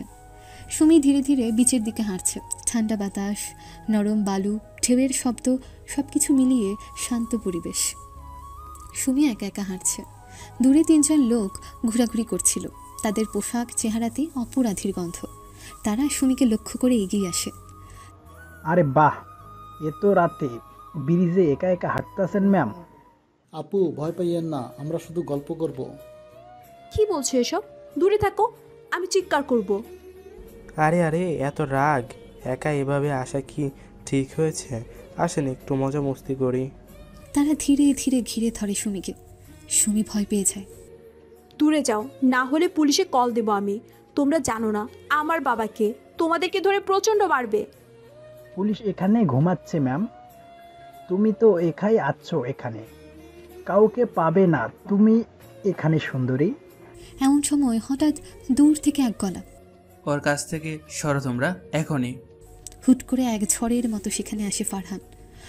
কে রে তুই? বেশি হিরোগিরি দেখাস না। ফারহান কাছে এসে এক ঘুষি মারে গুন্ডাগুলোর মুখে। তারা চমকে ওঠে। আরেক দাপ এগুলে দাঁত ভেঙে দিব। আকাশ, তাড়াতাড়ি ফোন দে পুলিশে। আকাশ দৌড়ে এসে ফোনে ডায়াল করতে থাকে। গুন্ডারা ভয় পেয়ে দৌড়ে পালিয়ে যায়। সুমিত তখনও স্তব্ধ, তার হাত কাঁপছে, মুখে ভয় স্পষ্ট। ঠিক আছে, কিছু হয়নি তো তোমার? আমি ভয় পেয়েছিলাম। চোখে পানি চলে আসে। চিন্তা করো না, এখন তুমি নিরাপদ। যদি তুমি না থাকতে? থাকতামই, কারণ তুমি একজন মানুষ। কোনো নারীকে এভাবে দেখলে দাঁড়িয়ে থাকা যায় না। এরপর ফারহান সুমিকে হোটেলের দিকে নিয়ে যায়। তুই ঠিক আছিস ভাই? সুমি, তুমি ঠিক আছো? হ্যাঁ ঠিক আছে। আমিও ঠিক আছি আকাশ। আমি বুঝলাম না আসলে এত অহংকার করেছি, অথচ আজ সবচেয়ে বেশি সাহায্য করলো সেই ছেলে যাকে আমি এতটা ঘৃণা করতাম। হোটেলের দরজায় এসে ফারহান থামে। এবার রেস্ট নাও, কাল অনেক প্রোগ্রাম আছে, আর ভয় পেও না। ফারহান? হ্যাঁ। ধন্যবাদ। হোটেল রুমে সুমি একা বসে। তার চোখে আছে নতুন একটা ভাব, অহংকারের জায়গায় কৃতজ্ঞতা। আমি ভুলছিলাম, হয়তো সে সত্যিই আলাদা। ছেলেটাকে এত অপমান করার পরও দরকারি সেই থাকলো আমার পাশে। রাত 11টা। হোটেল রুমে সুমি একা বসে আছে। সুমি জানলার পাশে বসে সমুদ্রের দিকে তাকিয়ে, তার চোখে মুখে চিন্তা আর ছাপ। মনটা অস্থির হয়ে আছে। সে ভাবছে, এই ছেলেটা কে আসলে? এমন নির্লিপ্ত, এমন শান্ত, অথচ কি ভয়ঙ্কর পরিস্থিতিতে কিভাবে এত নির্ভরতার সাথে আমাকে বাঁচালো। আমি তো এত অহংকারী ছিলাম, সবসময় মানুষকে ছোট করে দেখেছি। আজ সেই ছোট লোক আমার সবচেয়ে বড় রক্ষক হয়ে দাঁড়ালো। এটা আমি কিভাবে মেনে নেব? কিছুদিন আগের ঘটনা। সুমি নিজের বন্ধুদের নিয়ে ফারহানকে অপমান করেছিল। আরে ওই ফারহান তো মনে হয় একেবারে গরিব ঘরের ছেলে। ওর প্যান্ট তো দেখি সেলাই করা। আর তার পাশে ওই আকাশ তো যেন কাজের ছেলে। খিরে, ওদের দেখে মনে হয় ঝাড়ুদারের গ্রুপ। বর্তমানে ফিরে আসে। আমি ভুলছিলাম, মানুষকে দেখে বিচার করা যায় না, অন্তত ফারহানকে নয়। সে অনেক উচ্চমানের মানুষ। পরের দিন সকালবেলা ফারহান, আকাশ, পলাশ, অর্ক সকালে হোটেলের ডাইনিংয়ে নাস্তা করছে। আকাশ বারবার ফারহানের দিকে তাকাচ্ছে। কিরে, কাল রাতে কিছু বললি না আমাকে? তোর কি কিছু হলো? না রে, কিছু না। মেয়েটা ভয় পেয়েছিল, তাকে সান্ত্বনা দিলাম। এটাই তো মানুষ হিসেবে দায়িত্ব। তুই এমন কেন রে? যদি আমি হতাম তাহলে এই মেয়েটাকে পরে কয়েকটা কথা শুনিয়ে দিতাম। এত অপমান করেছে তারপরেও তুমি তাকে ঠিক বাঁচালি? আরে না রে আকাশ, আমরা এখানে এসেছি সাধারণ জীবন কাটাতে, মানুষের মতো মানুষ হতে, সুপারস্টার হয়ে হারতে না বা কাউকে কথা শোনাতে না। এদিকে পাশের টেবিলে বসে সুমি ফারহানের দিকে তাকায়। নিজের অজান্তেই সে তাকিয়েই থাকে কিছুক্ষণ। হঠাৎ চোখাচোখি হয়ে যায়। ফারহান একবার হালকা হাসে, সুমি চোখ সরিয়ে নেয়। হায় আল্লাহ, কি হচ্ছে আমার সঙ্গে? ফারহানকে দেখে আজকে আমার অমল লাগছে কেন? বিচের সকালের প্রোগ্রাম। সকাল 10টায় সবাই মিলে বিচে যায়। খেলাধুলা, গেম, ফটো সেশন সব চলছে ধুমধাম। সবাই জটলা করে আড্ডা দিচ্ছে। ভাই, আজকে আমরা ভলিবল খেলবো। ফারহান, তুই খেলবি? হ্যাঁ, অবশ্যই। ফারহান বোঝে সুমি তার বন্ধুদের গত রাতের কথা বলেছে, এই জন্য তারা আজকে তার সাথে ভালো আচরণ করছে। ফারহান বিচে যায়। তার চমৎকার পারফরমেন্স সবাইকে মুগ্ধ করে, এমনকি সুমিও তাকিয়ে থাকে। ও তো খুব ভালো খেলছে, আগে খেয়াল করিনি। কাহিনী কি আপু? তুই তো ওকে অপছন্দ করতে, এখন প্রশংসা? আরে দূর, আমি তো এমন কিছু বলিনি। গেম শেষ হয়, সবাই ক্লান্ত হয়ে বসে। সুমি একা বসেছিল। হঠাৎ ফারহান একটা পানি নিয়ে তার পাশে দাঁড়ায়। পানি নাও। তুমি আমার জন্য? হ্যাঁ, তৃষ্ণা পেয়েছে মনে হলো তোমাকে দেখে, তাই। Thank you. তুমি কেমন আছো এখন? ভালো, মানে অনেকটা শান্ত। ভয় পেও না, জীবনে অনেক কিছু শেখার আছে। অহংকার, রাগ সব কিছু সময়ের সাথে বদলে যায়। তুমি আমার সম্পর্কে কী ভাবো? নিশ্চয়ই আমাকে তুমি খারাপ মেয়ে মনে করো। তোমাকে আমি কত অপমান করেছি, কিন্তু তুমি আমাকে বাঁচালে শেষ পর্যন্ত। আমি কারো সম্পর্কে খারাপ ভাবতে শিখিনি। মানুষ যেমন হয়, সময় তার আসল চেহারা দেখায়। এই কথা শুনে সুমি হঠাৎ আবেগপ্রবণ হয়ে পড়ে। আমি এত খারাপ ছিলাম, অথচ তুমি কখনো পাল্টা অপমান করনি। কারণ আমি জানি প্রত্যেক মানুষ একসময় বদলায়, কেউ দ্রুত, কেউ ধীরে। তুমি খুব অদ্ভুত, কিন্তু ভালো অদ্ভুত। আগে আমার মুখে সেই অহংকার ছিল, আজ যেন সেটা কেমন ম্লান হয়ে গেছে। আমি কি আসলে বদলে যাচ্ছি? ছোটবেলায় তার মা তাকে বলতেন, মানুষের মূল্য বাহ্যিক রূপে নয়, হৃদয়ের গুণে। আজ মায়ের সে কথাগুলো সুমির কানে বাজছে। সবাই আবার জড়ো হয়েছে আগুনের পাশে। গান, কবিতা, গল্প সব চলছে। আচ্ছা, সবাই একটা করে ছোট্ট ঘটনা বলো, যা তোমার জীবনের শিক্ষা। আমি বলি, একবার একটা ছেলে আমার ব্যাগ চুরি করেছিল, কিন্তু পরে জানলাম সে ক্ষুধার্ত ছিল। তখন আমি তাকে খাবার দিয়ে বলেছিলাম, চুরি নয়, কাজ চাও এবং নিজে কামাই করে খাও। সবাই হাতে তালি দেয়। আমি বলি, আমার সবচেয়ে বড় শিক্ষা ফারহান। ওর মতো শান্ত, গম্ভীর এবং ভালো মানুষ কমই দেখেছি আমি। সবাই ফারহানের দিকে তাকায়। আমিও কিছু বলবো। সবাই চুপ হয়ে যায়। আমি একজনকে চিনতাম, যাকে প্রথমে অপছন্দ করতাম, অহংকারে তাকে ছোট করতাম, কিন্তু সে আমাকে এমন একটা ভয়ঙ্কর মুহূর্ত থেকে রক্ষা করেছিল যেখানে অনেকেই পিছনে সরে যেত। সবাই চমকে ওঠে। আজ আমি বুঝেছি, একজন মানুষের গুণ তার পোশাকে নয়, তার ব্যবহার আর মনে লুকিয়ে থাকে। ফারহান হালকা হাসে, বাকিরা হাতে তালি দেয়। রাতের শেষ প্রান্তে সুমি তার রুমে বসে ডায়েরি খুলে লিখছে। আজ আমি একটা নতুন মানুষকে চিনলাম, ফারহান। আমি জানি না সে কে, কোথা থেকে এসেছে, কিন্তু তার উপস্থিতি আমার অহংকারকে ভেঙে দিয়েছে। আমি বদলাতে চাই, অন্তত তার মতো হতে চাই, যার চোখে শান্তি আর অন্তরে সম্মান মানুষের জন্য। সুমি আর ফারহানের পরিচয়ের মোড় যেন ঘুরতে শুরু করেছে। সুমির মনে ফারহানের জন্য অন্যরকম একটা জায়গায় তৈরি হতে শুরু হয়েছে। পরের দিন সকালে কক্সবাজারের সমুদ্রের পাড়ে একটা শান্ত পরিবেশ। সবাই উঠেছে। সকালের আলো এসে পড়ে সমুদ্রের উপরে। আকাশ, ফারহান, পলাশ, মিন্টু, শফিক, সুমি এবং অন্যান্যরা সবাই বিভিন্ন জায়গায় বসে চা কফি পান করছে। কিছুটা সময় বিরতি নেওয়ার পর সুমি উঠে গিয়ে আকাশের পাশে বসে। আকাশ, জানি না কেন আজকের দিনে কিছু একটা আলাদা অনুভূতি হচ্ছে। আমি আসলেই বদলে গেছি। তোমরা জানো, আমি তো অনেক অহংকারী ছিলাম আগে, কিন্তু ফারহানের কথা ভাবতে ভাবতে মনে হচ্ছে আমি যেন এক নতুন মানুষ হয়ে যাচ্ছি। তুমি আসলে বদলাচ্ছ মনে হচ্ছে সুমি। আমি জানি না তুমি কি চেয়েছিলে, কিন্তু এখন আমি দেখতে পাচ্ছি তুমি অন্যভাবে চিন্তা করছো। এর আগে তো সবাইকে ছোট দেখতে, বিশেষ করে ফারহানকে। এখন সেটা বদলাচ্ছে। জানি, আমি এটা মেনে নিতে পারছি না। ফারহান আমাকে বাঁচিয়েছিল, আমার জীবনে একটা বড় শিক্ষা দিয়েছে। আমি তো ওকে শুধু ছোট লোক ভাবতাম, কিন্তু সে আমার জীবনকে ঠিক করে দিয়েছে। ঠিক বলেছ, তবে একদিন তুমি বুঝতে পারবে ফারহানটা আসলে কত বড় মনের মানুষ। সুমি আকাশের কথাগুলো শুনে চুপচাপ মনোযোগ দিয়ে ভাবতে থাকে। কিছুক্ষণ পর তার ভাবনায় কিছুটা পরিবর্তন ঘটে। সে নিজেকে নতুনভাবে চিন্তা করতে শুরু করে। তাদের মধ্যেই ছোট্ট আলোচনার পর সবাই একসাথে সমুদ্রের তীরে হাঁটতে চলে যায়।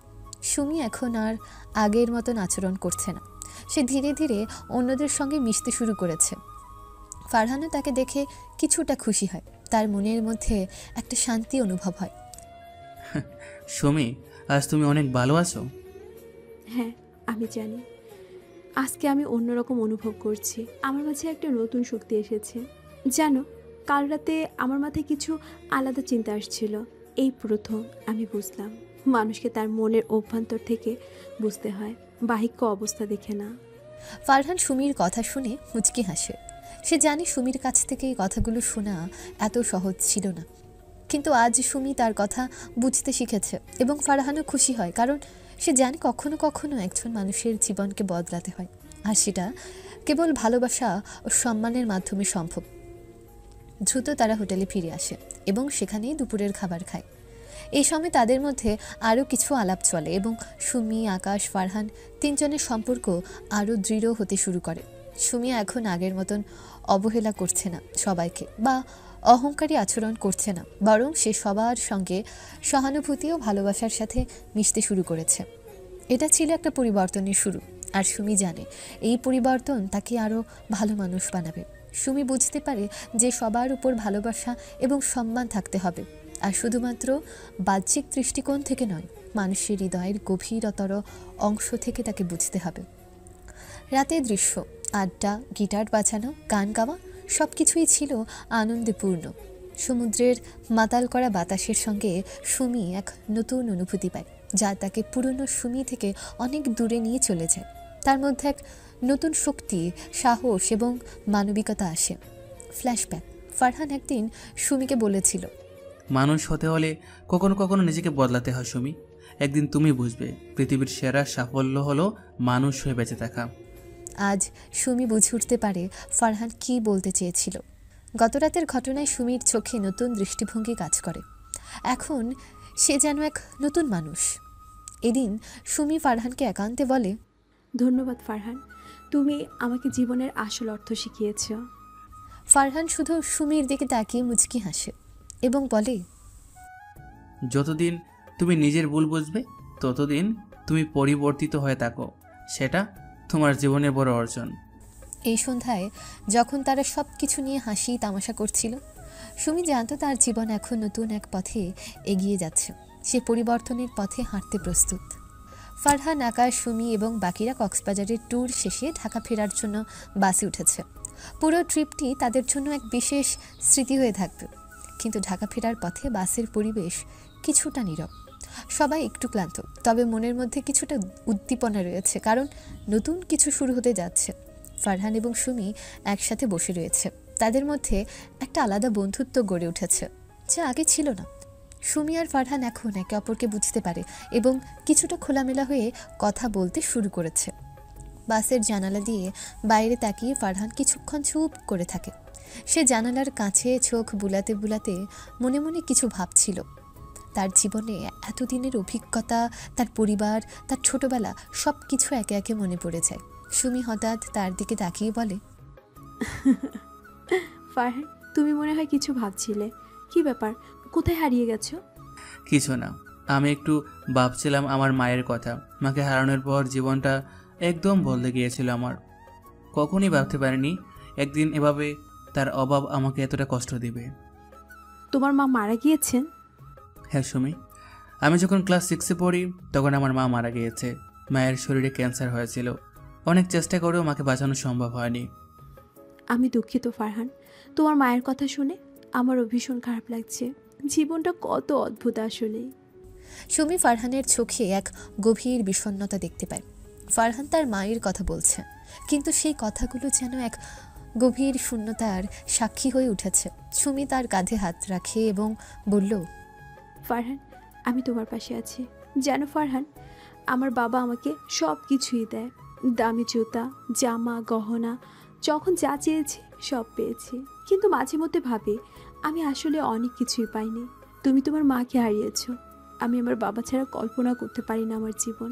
তুমি তো জানো আমার বাবা বাংলাদেশের প্রধানমন্ত্রী, তার প্রতিপত্তি, তার ক্ষমতা সব আছে, তিনি আমাকে সব দিয়েছে। তবে তার কাছ থেকে আমি সত্যিকারের সময় পাইনি। সব কিছু তো বাহিক্য, সব কিছু আমার জন্য দামি, কিন্তু তারপরও কোথাও কিছু একটা যেন নেই। মনে হয় সব সময় আমার খালি খালি লাগে। বাবার সেই অপুরন্ত আদর, শাসন কোথায় যেন কখনো আমার পাওয়া হয়নি। ফারহান সুমির দিকে তাকায় এবং এক দীর্ঘ নিঃশ্বাস নেয়। সে অনুভব করে সুমি আসলে তার জীবনের সেই অংশটা জানাচ্ছে যেটা সে নিজের কাছেও হয়তো কখনো প্রকাশ করেনি পুরোপুরি। এ যেন এক নতুন সুমিকে চিনছে ফারহান। সুমি এক সময় আরও বলল, তুমি জানো আমি তো শুধু নিজের বাবা মায়ের নাম শুনেই বড় হয়েছি।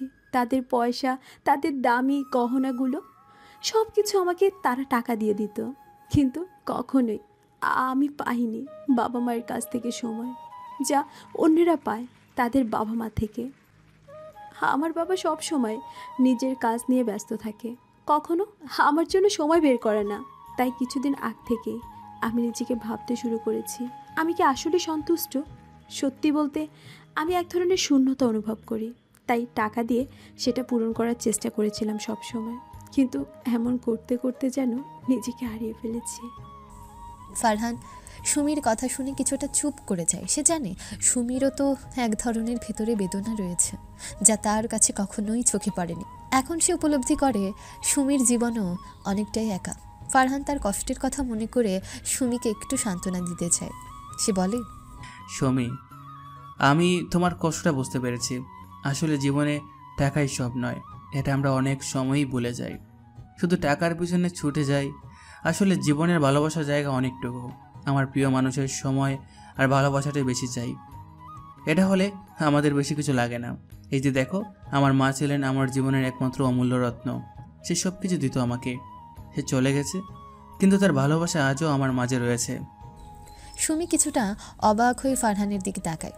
ফারহান কথা বলার সময় তার চোখে এক ধরনের গম্ভীরতা ছিল, যেন সে নিজের মায়ের সঙ্গে কাটানো সেই মুহূর্তগুলো একা একে ফিল করছিল। সুমি কিছুটা চুপ হয়েছে। সে বুঝতে পারে ফারহান নিজের মায়ের কথা বলার সময় কতটা গভীর বেদনা অনুভব করছে। সে নিজে এই পরিস্থিতিতে এসে ফারহানকে আরও সহানুভূতির চোখে দেখে। আমি জানি না কি বলবো ফারহান, শুনে খুব কষ্ট হচ্ছে। আমি কখনো চিন্তা করিনি যে তুমি এত কষ্টে আছো। তোমার মা যেন সব সময় তোমার পাশেই আছে, তার ভালোবাসা সব সময় তোমার সাথেই থাকবে। তুমি যখন আমার কাছে এত কিছু শেয়ার করেছো, তখন মনে হচ্ছে যেন আমি নিজেও তোমার কষ্ট ফিল করতে পারছি। ফারহান সুমির কথা শুনে কিছুটা বিস্মিত হয়। তার মনে হয় সুমি আসলে একটা পরিবর্তনের মধ্য দিয়ে যাচ্ছে। আগে সে ছিল খুব অহংকারী, কিন্তু এখন সে তার ভেতরের দুর্বলতা প্রকাশ করছে। ফারহান এই মুহূর্তে সুমি এবং তার নিজেকে খুব কাছাকাছি অনুভব করে। সুমি, জীবন কখনোই সহজ নয়, তবে কষ্টের মধ্যে আমাদের শক্তি লুকিয়ে থাকে। আমাদের নিজেদের ভেতরে ভালোবাসা থাকতে হয়, তা না হলে জীবনে কিছুই থাকবে না। ফারহান, সত্যি বলতে আমি কখনো বুঝতে পারিনি তুমি এত বড় মনের মানুষ একজন। তুমি যখন নিজের মায়ের কথা বলছিলে, তখন মনে হলো আমি তোমাকে একটু একটু করে নতুনভাবে চিনতে পারছি। আজকে আমি বুঝতে পারছি সবার জীবনে আসলে কত কত গল্প থাকে লুকানো। তোমাকে ধন্যবাদ আমাকে নতুন করে জিনিসপত্র বুঝতে হেল্প করার জন্য। আরও সময়ের সাথে সাথেই আমরা একে অপরকে আরও ভালোভাবে বুঝতে পারবো। জীবনের আসল বিষয় হলো একে অপরকে ভালোভাবে বোঝা এবং ভালোবাসাও। শুদ্ধ ভালোবাসা না থাকলে আমাদের মধ্যে যে কিছুই থাকবে না। বাসের সিটে বসে তারা অনেকক্ষণ একে অপরের সঙ্গে কথা বলে। এরপর ফারহান ও সুমি জানলার বাইরে তাকিয়ে থাকে। তাদের মধ্যে একটা নীরব বন্ড তৈরি হয়। আজ তারা দুজনেই নিজেদের সম্পর্কে অনেক কিছু জানতে পেরেছে। সুমি এখন বুঝতে পারে যে মানুষটাকে সে একসময় ছোট লোক মনে করেছিল, সে আসলে কত বড় মনের। এই মানুষটাকে আজকে থেকে সে নতুনভাবে দেখবে। ফারহানের জীবন এখন অনেকটা বদলে গেছে। কক্সবাজারের সেই ট্রিপ, সুমির সাথে তার নতুন করে হওয়া বন্ধুত্বের পর সে এক নতুন দৃষ্টিতে জীবনকে দেখতে শুরু করেছে। আগের সে একাকী জীবন এখন অনেকটাই সহজ হয়ে গেছে। তার মনের মধ্যে এক নতুন শান্তি এসেছে, যা তাকে আরও এগিয়ে যাওয়ার শক্তি দিচ্ছে। তার বহুদিনের ইচ্ছার সে জীবনের স্বাদ সে পাচ্ছে। ফারহান, আকাশ, সুমি আর তার বন্ধুদের মধ্যে এখন চমৎকার বন্ধুত্বপূর্ণ সম্পর্ক তৈরি হয়েছে। একসাথে তারা আড্ডা দেয়, শপিং করে কিংবা সিনেমা দেখে। তাদের দিনগুলো কাটছিল হাসি, মজা আর আনন্দের মধ্যে। এমনই একদিন তারা সবাই মিলে বিশ্ববিদ্যালয়ের ক্যান্টিনে বসে চা খাচ্ছিল আর আড্ডা দিচ্ছিল। কি ব্যাপার ফারহান আর সুমি, মনে হচ্ছে তোদের মনে কিছু একটা চলছে? ফারহান, তোর মাঝে একটা পরিবর্তন দেখা যাচ্ছে। আর সুমি, তোরও তো হাসি বেশি বেশি দেখাচ্ছে, গায়ে নাকি? আই, তোরা কি করছিস? কিছু হয়নি, মজা নিস না তো আকাশ। আকাশ, তুই কিন্তু বেশি মজা নিচ্ছিস বেটা, চুপ কর তো। ও আচ্ছা গুরু, আমি বললেই দোষ। তুমি যে তলে তলে টেম্পো চালাচ্ছ সেটা কি বলবে? আকাশ, কেন শুধু শুধু এত খোঁজাচ্ছিস বলতো? এখন বন্ধুর কথা তো খোঁচার মতোই শোনাবে, বুঝি বুঝি সব বুঝি। এভাবে ফারহান, সুমি, আকাশ আর সুমির বন্ধুদের মধ্যে সম্পর্ক আরও সুন্দর হতে থাকে। এরপর একদিন ফারহান ঠিক করে সে তার বাবার সাথে দেখা করবে। বহুদিন তার বাবার সাথে ফারহানের দেখা হয় না। বাবাকে সে ভীষণ মিস করছে। তার বাবা করিম চৌধুরী একজন বিশিষ্ট ব্যবসায়ী এবং জনপ্রিয় ব্যক্তি। ফারহান কখনোই তার বাবাকে কাছ থেকে জানার সুযোগ পায়নি, কারণ তার বাবার কর্মব্যস্ততা আর সামাজিক দায়িত্বের কারণে তাদের মধ্যে খুব বেশি সম্পর্ক ছিল না। তবে ফারহান এখন খুব করে যাচ্ছিল তাদের সম্পর্কটা নতুন করে তৈরি করতে। ফারহান নিজের মনে ভেবেছিল, আজকে আমি আর বাবা কিছুটা সময় একসাথে কাটাতে পারবো, গল্প করব আজকে বাবার সাথে। তাকে মনে পড়ে তার বাবা মাঝে মধ্যে যখনই ফোনে কথা বলতেন তিনি বলতেন, ফারহান, আমি তোকে অনেক মিস করি, কিন্তু কাজের চাপের কারণে তোকে সময় দিতে পারি না। তবে আজ ফারহানের মনে হলো তার বাবা তাকে মিস করছেন, তাই তাকে একদিন সময় দেওয়া উচিত। তাই ফারহান তার ফোনে কল করে করিম চৌধুরীকে বলল, বাবা, আজ আমরা একসাথে সময় কাটাতে পারি? আমি একদিন তোমার সাথে লাঞ্চ করতে চাই। আমি আসলেই অনেক দিন ধরেই তোমাকে মিস করছিলাম। আসলেই একসাথে কিছু সময় কাটানোর দরকার আমাদের। তাহলে কালকে আমাদের উত্তরার রেস্টুরেন্টে চলে আসো। অবশেষে তাদের দেখা হওয়ার দিনটা চলে আসে। ফারহান সকালেই তার বাবা করিম চৌধুরী অফিস থেকে বের হয়ে তার সাথে দেখা করতে আসেন। ফারহান খুব এক্সাইটেড ছিল। তিনি এক্সপেক্ট করেছিলেন যে তার বাবা তাকে দেখে নিশ্চয়ই চমকে যাবেন, কারণ এতদিন পরে সে তার বাবার সঙ্গে সময় কাটাচ্ছে। ফারহান উত্তরায় তাদের ক্যাফেতে পৌঁছালো, যেখানে তার বাবা তাকে দেখতে আসবেন। এক মুহূর্তের মধ্যে করিম চৌধুরী এসে উপস্থিত হয়, আর ফারহান তার বাবাকে দেখে একটু অবাক হয়েছে। এতদিন পর তার বাবা যেন একটু বদলে গিয়েছে, কেমন নরম একটা মানুষ মনে হচ্ছে বাবাকে। বাবা, তুমি তো বেশ চেঞ্জ হয়ে গেছো, তোমাকে এত দুর্বল লাগছে কেন? কি করব বলো, তোমাকে ছাড়া ভালো লাগছে না এখন। আর বয়স হয়েছে, তুমিও দূরে থাকো। তবে এখন তোমাকে দেখে শান্তি পাচ্ছি, ভালো লাগছে। তোমার খবর বলো, কেমন চলছে? ফারহান কিছুটা স্বস্তির নিঃশ্বাস ফেলল। তার বাবা তাকে একসময় শুধুই ব্যবসায়ী হিসেবে দেখতেন, কিন্তু এখন ফারহানও বুঝতে পারছিল তার বাবা তাকে একজন মানুষ হিসেবে দেখছে। বাবা, আমি খুব ভালো আছি। আমি নতুন করে বুঝতে পারছি প্রতিদিন যে জীবনে অনেক কিছু উপভোগ করার আছে। আমি আমার জীবনটা সুন্দর করে কাটাচ্ছি, মনের মতো করে সাজিয়ে নিয়েছি আমার চারপাশটা। আমার ভার্সিটিতে অনেক বন্ধু হয়েছে, তবে তোমাকে মিস করি বাবা। তোমার সময়টা আমার কখনো পাওয়া হয়নি বাবা। হ্যাঁ ফারহান, আমি জানি আমার কাজের চাপ তোমার কাছে অনেক কষ্টের ছিল, তবে আমি তোমাকে কখনো বলে যাইনি আমি তোমার সাথে এখন সময় কাটাতে চাই। ফারহান হালকা হাসি দিয়ে বলল, বাবা, তুমি কি কখনো মাকে মনে করো? এটা শুনে করিম চৌধুরী একটু থেমে গিয়েছিলেন, তারপর খুব ধীরে ধীরে উত্তর দিলেন, ফারহান, তোমার মা ছিল আমার জীবনের সবচেয়ে বড় প্রেরণা। আমি জানি তাকে হারিয়ে আমি অনেক কিছু হারিয়েছি, কিন্তু তোমার মা তো আমাদের স্মৃতির মধ্যেই বেঁচে আছে। আমি জানি তোমার মা যেখানে থাকুক সে চাইবে তুমি সুখী থাকো। ফারহান তার বাবার কথা শুনে একটু নীরব হয়ে গেল। এই কথাগুলো তার মনের মধ্যে গভীরভাবে প্রভাব ফেলছিল। কিছু সময় একে অপরকে কথা না বলে বসে থাকতে হলো। তারপর ফারহান তার বাবাকে বলল, বাবা, আমি জানি এখন আমাদের মাঝে অনেক কিছু বদলেছে, কিন্তু আমি চাই আমরা আরেকবার নতুন করে একে অপরকে জানি। তারপর তারা একসাথে লাঞ্চ করতে যায়। সেই লাঞ্চে একে অপরের সাথে অনেক দিন পর তারা আলোচনা করে। তাদের মধ্যে অনেক পুরনো স্মৃতি এবং অভিজ্ঞতা উঠে আসে। তারা ব্যবসা, জীবনের দৃষ্টিভঙ্গি এবং একে অপরের অনুভূতি নিয়ে কথা বলে। সারাদিনটা খুব সুন্দরভাবে কাটে। বাবা ছেলের এই সাক্ষাৎ যেন জীবনের এক নতুন অধ্যায়ের সূচনা করে। লাঞ্চ শেষে ফারহান তার বাবাকে শেষবারের মতো দেখল। এখন বাসে ফিরে যেতে হবে তাকে, কিন্তু সে জানতো এই দিনটা তার জন্য অনেক স্পেশাল ছিল। তার বাবা এখন তাকে নতুনভাবে জানছে, আর ফারহানও তার বাবাকে নতুনভাবে দেখছে। ফারহান রাতে তার হলে ফিরে আসে। তার মনে এক অদ্ভুত শান্তি ছিল। সে জানতো জীবনের এই সুন্দর মুহূর্তগুলো কখনো ভোলা যাবে না। ভার্সিটির ক্যাম্পাসে আজ হঠাৎ করে অদ্ভুত এক হট্টগোল শুরু হয়ে গেল। সারা ক্যাম্পাস একদম উত্তেজনায় ভরে উঠল। কেউ কেউ নিজেদের ফোনে ভিডিও করছিল, কেউ বা অস্থির হয়ে দাঁড়িয়েছিল। ফারহান আর আকাশ বসেছিল ক্যাফেটেরিয়ায়। তখনই তারা বিষয়টা বুঝতে পারে। সুমির একদম উত্তেজিত কণ্ঠ শোনা যাচ্ছিল। তার সাথে একজন লোক তর্ক করছে। তার সামনে আরও কিছু লোক দাঁড়িয়ে রয়েছে। লোকটাকে দেখে ফারহান আর আকাশের চোখে চোখ পড়ল। এর আগেও তারা এসব হুমকি দেওয়ার ঘটনা শুনেছিল, কিন্তু আজকের মতো এমন ঘটনা ক্যাম্পাসে খুব একটা হয়নি। আকাশ, দেখ তো এটা কি হচ্ছে? আকাশ ঘাড় নেড়ে বলল, একটা ব্যাপার মনে হচ্ছে। বিরোধী দলের গুন্ডার চামচা কালা আর তার লোকেরা এসেছে, জানি না কি চায়। কালা একজন সরকার বিরোধী দলের নেতার গুন্ডা গাড্ডুর দলের লোক।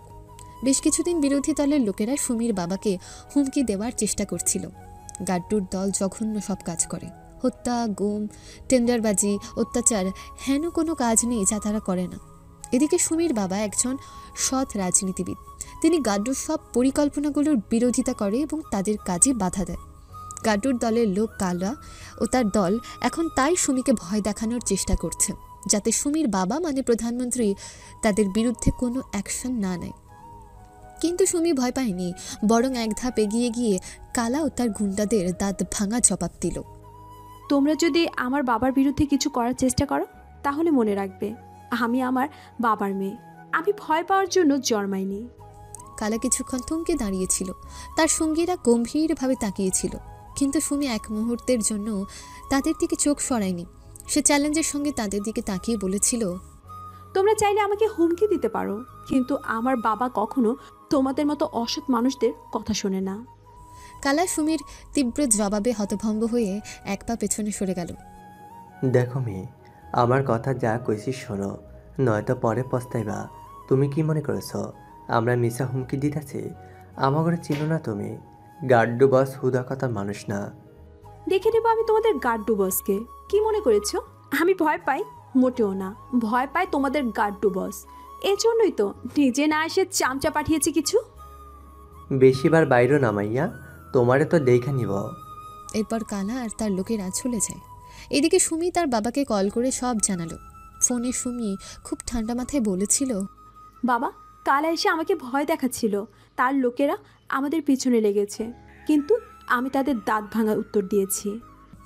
সুমির বাবা ফোনে উত্তেজিত হয়ে বললেন, তুমি কিছু বলো না, আমি ব্যবস্থা নিচ্ছি। তারা যদি আমার মেয়েকে, আমার পরিবারকে কিছু করতে আসে, তো তাদের কপালে দুঃখ আছে, আমি তাদের শিক্ষা দিব। বিকালে সুমির বাবা তার রাজনৈতিক ক্ষমতা কাজে লাগিয়ে পুলিশের মাধ্যমে কালার দলবলকে তাদের আস্তানা থেকে অ্যারেস্ট করিয়ে ফেলে। পুলিশ ওই গুন্ডাদের আটক করে নিয়ে আসে। সুমির বাবা এই ব্যাপারে কঠোরভাবে সিদ্ধান্ত নেয়। এ ঘটনার পর গাড্ডুর গুন্ডারা ক্রুদ্ধ হয়ে উঠল। তাদের দলটার প্রধান গাড্ডু, যার হাতে বেশ কয়েকটা অবৈধ কাজ ছিল, প্রতিশোধ নেওয়ার সিদ্ধান্ত নিল। গাড্ডু তার দলের সদস্যদের একত্রিত করে বলল, আমরা আমাদের সবার সম্মান বাঁচানোর জন্য সব কিছু করতে পারি। প্রধানমন্ত্রী এবং তার মেয়ে এখন আমাদের টার্গেট। তাদের বিরুদ্ধে আমরা প্রতিশোধ নিমই। কেউ বাধা দিলে তারাও শেষ করে দিব। কত বড় সাহস, আমার লোক করে জেলে দেয়। তার এই কথা শুনে সবাই গাড্ডু বসকে জিজ্ঞেস করে, তুই কেমনে প্রতিশোধ নিমু বস?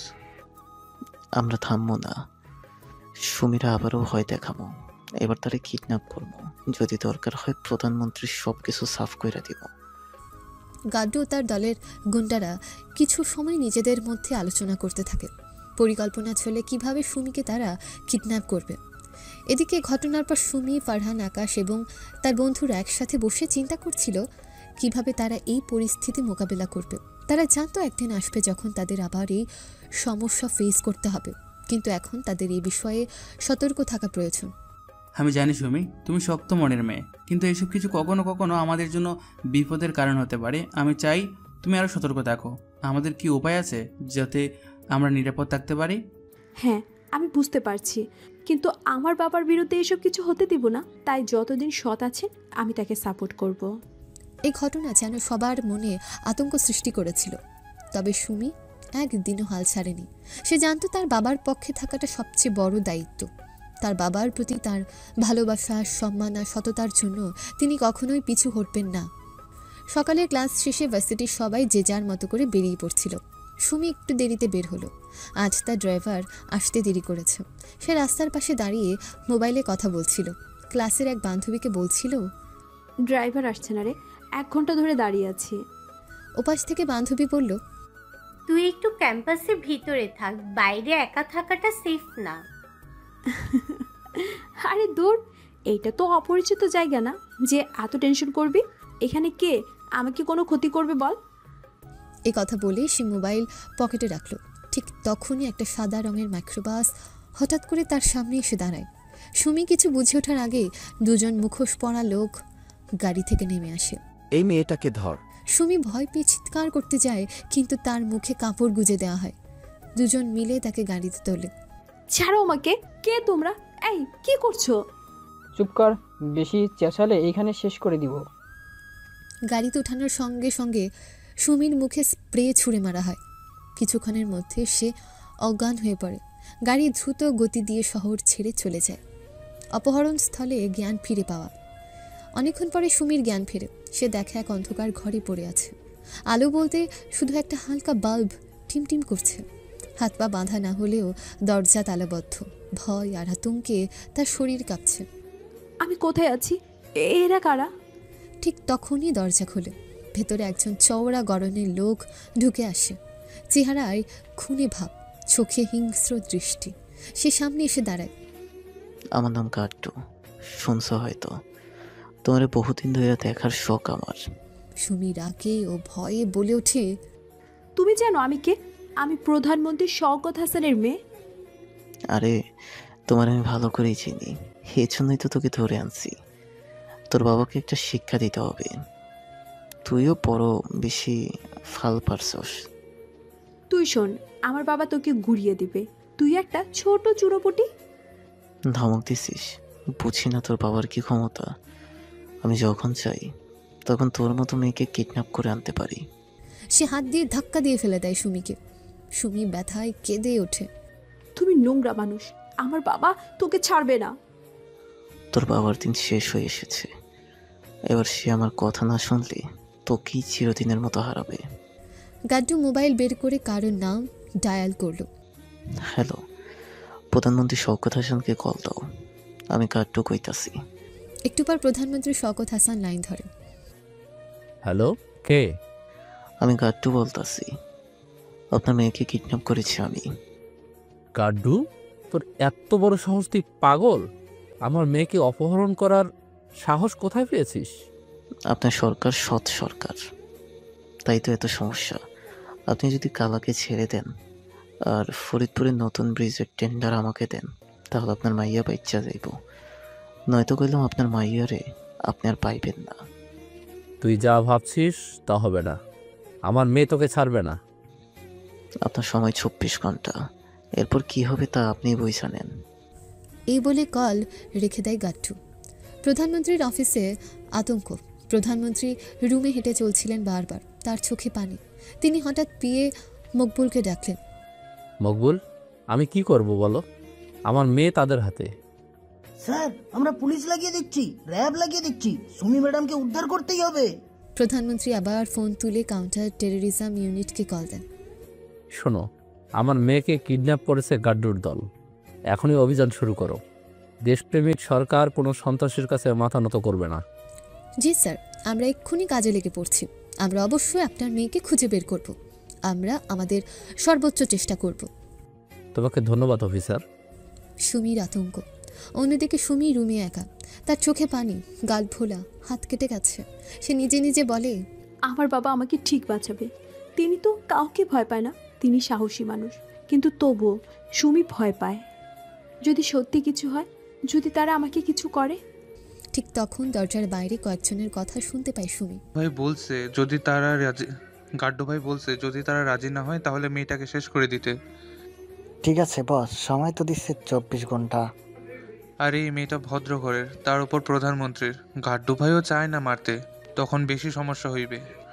কিন্তু যদি না মানে তাহলে তো আর কিছু করার নাই। এই কথা শুনে সুমি কেঁদে ফেলে। আল্লাহ, তুমি আমাকে এদের হাত থেকে বাঁচাও। এরপর সে নিজেকে শক্ত করে আবার বলে, আমি ভয় পাবো না, আমি প্রধানমন্ত্রী শওকত হাসানের মেয়ে, আমি একা লড়বো, বাবার সাহস আমিও রাখি। অভিযান শুরু। এদিকে পুলিশ অভিযান শুরু করে দিয়েছে। সারা শহরে তল্লাশি চলছে। গাড্ডু তার দল বুঝতে পারছে তারা বিপদে। গাড্ডু রেগে যাচ্ছে। এবার কিছু একটা করতে হবে, না হলে ধরা পড়বো। তার সেকেন্ড ইন কমান্ড মজিদ বলল, চলেন বস, মেয়েটাকে অন্য জায়গায় সরাইয়া ফেলি। গাড্ডু মাথা নাড়ল। ঠিক আছে, কাল ভোরে সরামই মাইয়ারে, ওইখানে রাখা যাইব না আর। সুমি জানে না তার সামনে কি ভয়ঙ্কর সময় আসছে। সুমিকে উদ্ধারের চেষ্টা। রাত গভীর হয়ে এসেছে। ঘড়ির কাঁটা তখন প্রায় 2টা ছুঁই ছুঁই, কিন্তু ফারহানের চোখে ঘুম নেই। বারবার তার মনের ভেতর সুমির চিন্তা তোলপাড় করছে। ফারহান এক মনে বারান্দায় বসে আছে, চোখে টেনশনের ছাপ। হঠাৎ পেছন থেকে আকাশ এসে বলে, এখনো ঘুমাসনি রে? সারা রাত ধরে এক জায়গায় বসে আছিস। ঘুমাবো কিভাবে বলো? সুমি ও কোথায় আছে, কেমন আছে, কিছুই তো জানি না। আমরাও তো চিন্তায় আছি বস, আমাদের কিছু একটা করতেই হবে, এভাবে তো আর বসে থাকা যায় না। ফারহান মাথা নাড়ে। তখনই সুমির এক ঘনিষ্ঠ বন্ধু শফিক এসে বলে, আমাদের কিছু করতে হবে ফারহান, আমি জানি তুই পারবি কিছু একটা করতে। হ্যাঁ, আমি বসে থাকবো না। আমি একজন হ্যাকারকে চিনি, ওর সাহায্যে গাড্ডুর ফোন ট্র্যাক করানো সম্ভব। সেই আসলি, তাহলে আর দেরি কেন? কতক্ষণ পরেই ফারহান শহরের এক নিরিবিলি জায়গায় সে হ্যাকার আরিয়ানের সাথে দেখা করে। লোকেশন বের করতে হবে, দাও নাম্বার, বাকিটা আমার উপরে দায়িত্ব। আমি তোমাকে 1 ঘন্টার মধ্যে ট্র্যাক করে লোকেশন বের করে দিচ্ছি। গাড্ডু নামের একজন কিডন্যাপারের নাম্বার এটা।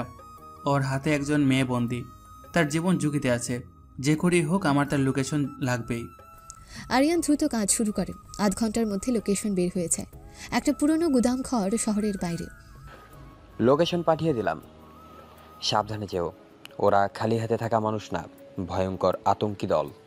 ফারহান, আকাশ আর সুমির কয়েকজন বন্ধুদের নিয়ে প্রস্তুতি নিতে থাকে।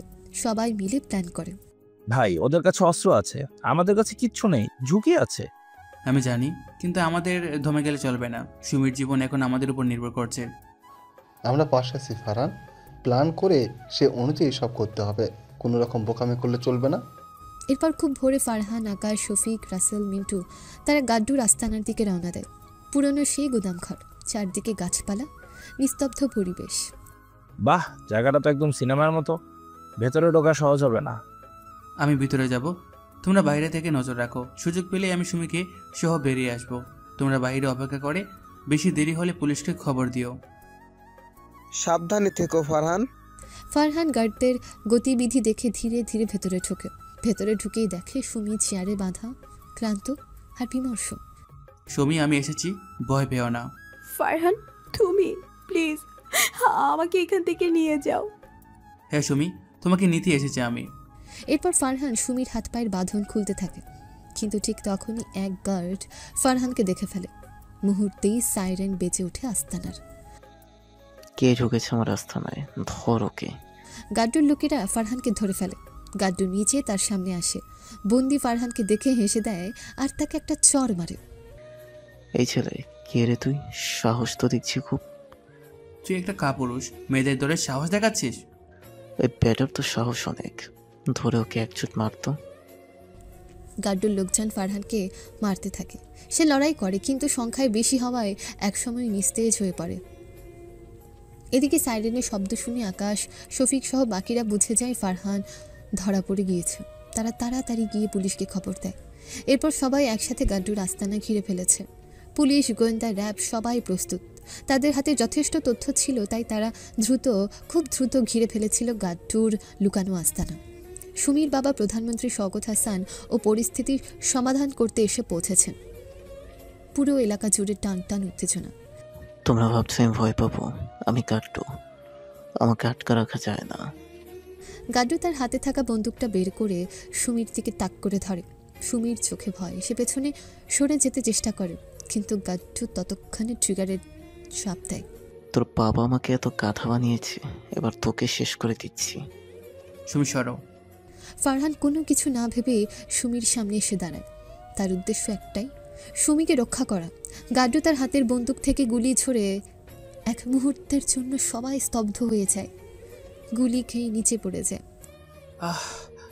গুলিটা ফারহানের বুকের দিকে লাগে। সে চিৎকার করে পড়ে যায়। গল গল করে রক্ত বের হতে থাকে। তার রক্ত বের হওয়া থামানো অসম্ভব হয়ে পড়ে। সুমির চোখে অশ্রু। সে কিচ্ছু বলতে পারছিল না, শুধুই কেঁদে যাচ্ছিল। ফারহান, না না। আকাশ, শফিক, মিন্টু, বাকি বন্ধুরা দৌড়ে এসে ফারহানকে ধরে। পুলিশ ও গোয়েন্দারা ভেতরে চলে আসে এবং গাড্ডুর দলকে গ্রেফতার করতে শুরু করে। গাড্ডু এবং তার লোকজন আস্তানা ছাড়ার চেষ্টা করে, কিন্তু পুলিশ, র্যাব সবাই তাদের ঘিরে ফেলে। তোমরা কি করছো?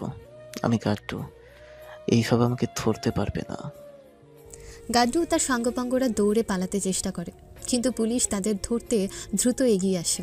কিছুক্ষণের মধ্যে গাড্ডুকে এবং তার দলের সদস্যদের গ্রেফতার করে ফেলতে সক্ষম হয় পুলিশ। তবে সুমির জন্য বড় উদ্বেগ ছিল ফারহানের অবস্থা। সে মাঝে মাঝে ধীরে ধীরে নড়ে উঠছিল, কিন্তু রক্ত ঝরছিল।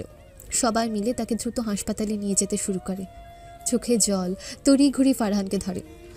ভাই তুই ঠিক হয়ে যাবি, তাড়াতাড়ি তোকে হসপিটালে নিয়ে যাচ্ছি, একটু স্ট্রং থাক।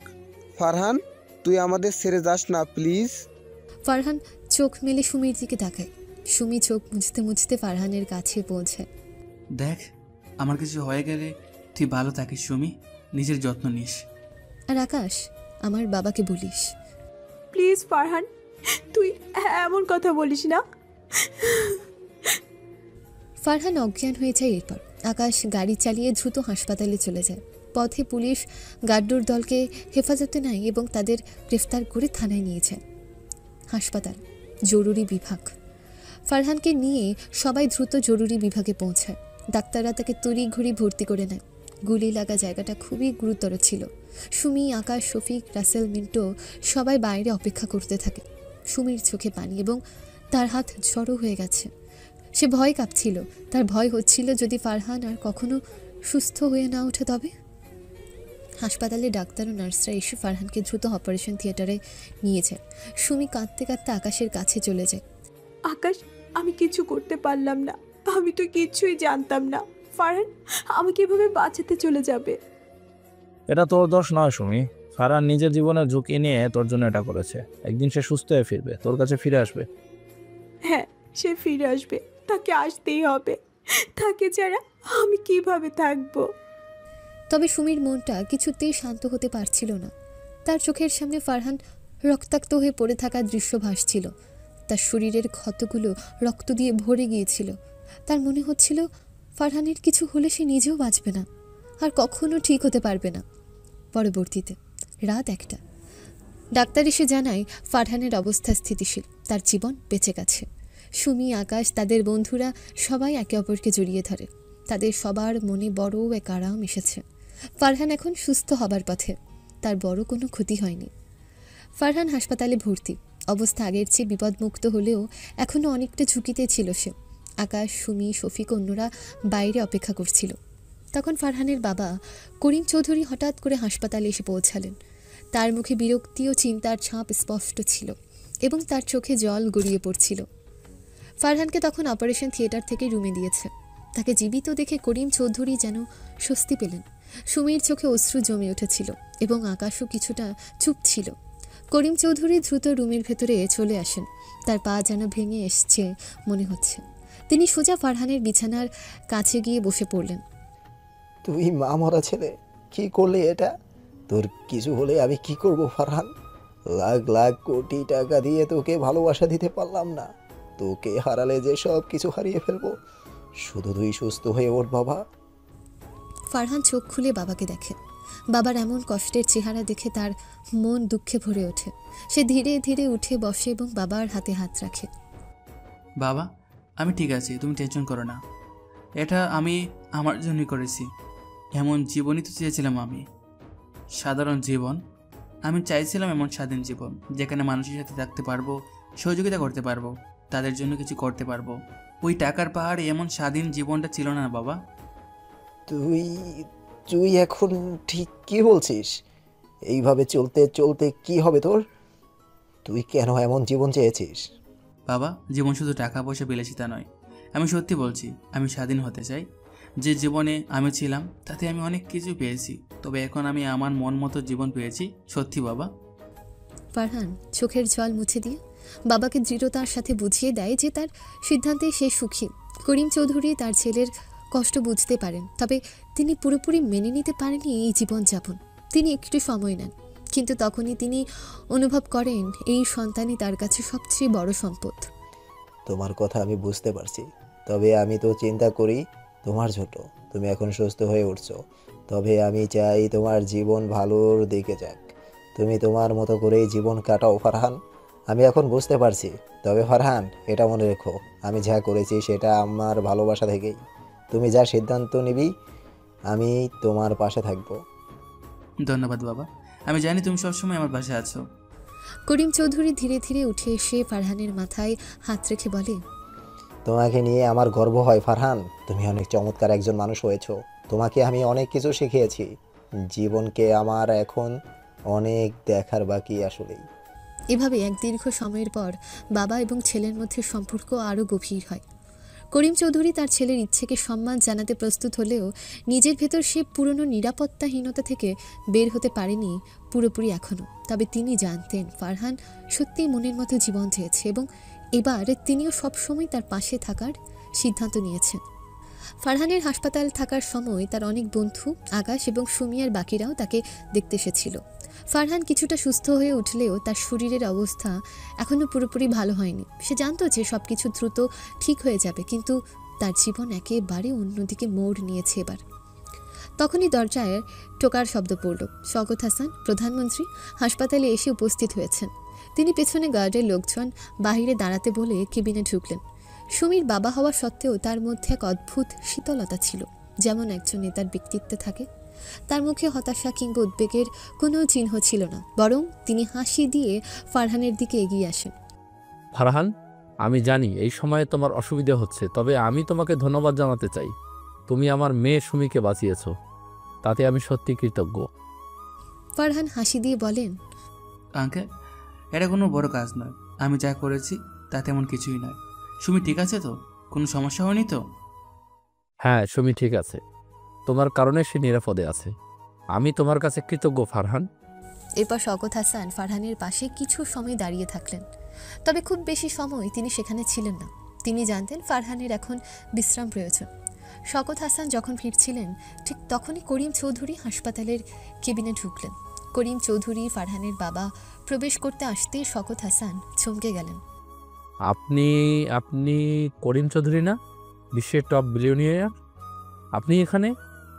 করিম চৌধুরী ফারহানের কেবিনে ঢুকে দাঁড়িয়েছিলেন, হাসি দিয়ে বললেন, হ্যাঁ, আমি সেই করিম চৌধুরী। আমি ফারহানের বাবা। শওকত হাসান অনেকটা চমকে ওঠেন। তিনি জানতেন না যে ফারহান এত বড় একজন ব্যক্তির ছেলে। সুমিও তাকে কিছু বলেনি। করিম চৌধুরী বিশ্বের শীর্ষ বিলিয়নিয়ার, তার ছেলে ফারহান যে একেবারে সাধারণ জীবনযাপন করছে। এটা ছিল এক অবিশ্বাস্য জিনিস যা শওকত হাসান কিছুতেই মেনে নিতে পারছিলেন না। এটা বিশ্বাস করা কঠিন। ফারহান, তুমি তো একজন বিলিয়নিয়ার ছেলের মতো দেখাচ্ছ না। তোমার জীবন তো এত সাধারণ, শান্ত, তুমি এত নিরহংকারী। আমি জানতাম না যে তুমি এত বড় একজন ব্যক্তির ছেলে। ফারহান একটু অস্বস্তি বোধ না করে চুপচাপ বসে থাকে। কিছুটা হাসি দিয়ে বলে, আঙ্কেল, জীবনের সবচেয়ে বড় উপহার হলো শান্তি এবং স্বাধীনতা। টাকার কি আর এত দরকার হয়? আমার এই জীবনে আমার শান্তি আসলে আমি সবসময় এমন সাধারণভাবে বাঁচার স্বপ্ন দেখতাম। শওকত হাসান চুপ হয়ে গেলেন। করিম চৌধুরী হাসি দিয়ে বলেন, ফারহান সঠিক বলেছে। আমার সব কিছুই ছিল, কিন্তু ফারহান সেসব কিছুই চাইনি। সে সব ছেড়ে বেছে নিয়েছিল তার মতো জীবন। আমি যদিও আগে বুঝিনি, তবে ছেলেকে দেখে এখন আমার গর্ব হয়। শওকত সাহেব, ছেলেটা আমার চমৎকার মানুষ হয়েছে। শওকত হাসান কিছুক্ষণ চুপ করে থাকার পর অবশেষে তিনি বললেন, করিম সাহেব, আপনার কথাগুলো খুব ভালো লাগলো। নিজের গণ্ডির বাইরে গিয়ে আপনি ফারহানকে সে স্বাধীনতা পেতে দিলেন, যে মনের শান্তি পেতে দিলেন, সেটা সত্যিই প্রশংসনীয়। সকলেই এটা পারে না। আপনি চমৎকার একজন বাবা, বলতেই হবে। ফারহান হালকা একটুখানি হাসল। তার চোখে এক ধরনের শান্তি ছিল যা অনেকের জন্য একেবারে অচেনা। করিম চৌধুরী এবং শওকত হাসানের কথোপকথন চলছিল তখনও। শওকত হাসান মনে মনে বুঝতে পারলেন ফারহান আসলে তার জন্য একটা স্বাধীন জীবন বেছে নিয়েছে, যেখানে পরিশ্রম, ভালোবাসা এবং শান্তি ছিল তার সব কিছু। ফারহান, তোমাকে নিয়ে আসলে আমারও গর্ব হচ্ছে। আমি অবাক হচ্ছি, সুমি তোমার বন্ধু কিভাবে বলো? মেয়েটা অহংকার ভর্তি ছিল, তবে ইদানিং তার পরিবর্তন আমি দেখেছি। এখন বুঝলাম এর পিছনে নিশ্চয় তোমার অবদান আছে। ধন্যবাদ তোমাকে। আমার শুভকামনা থাকবে তোমার জন্য। তোমার সব ইচ্ছে পূরণ হোক। করিম চৌধুরী মৃদু হাসি দিয়ে বললেন, আসলেই ফারহানের সিদ্ধান্তের প্রতি আমিও মুগ্ধ। আমার ছেলেটা চমৎকার করে নিজের জীবন গোছাতে শিখেছে। বাবা হিসেবে এটা যে আমার সবচেয়ে বড় শান্তি। এভাবে ফারহানের জীবনে নতুন অধ্যায় শুরু হতে চলেছে। সে যে পথ বেছে নিয়েছিলেন সেটা ছিল একদম নিজের। তার বাবার পাশাপাশি শওকত হাসানও তার সিদ্ধান্তকে সম্মান করল। পরদিন সকালে হাসপাতালের কেবিনে ফারহান কিছুটা সুস্থ হয়ে ওঠে। সে বিছানায় শুয়েছিল, তবে মনে মনে বেশ ভালো অনুভব করছিল। তার পাশের বিছানায় রাখা ফুলের তোড়া, কিছু বই এবং কয়েকটা কার্ড ছিল। এগুলো তার বন্ধুদের থেকে পাওয়া উপহার ছিল।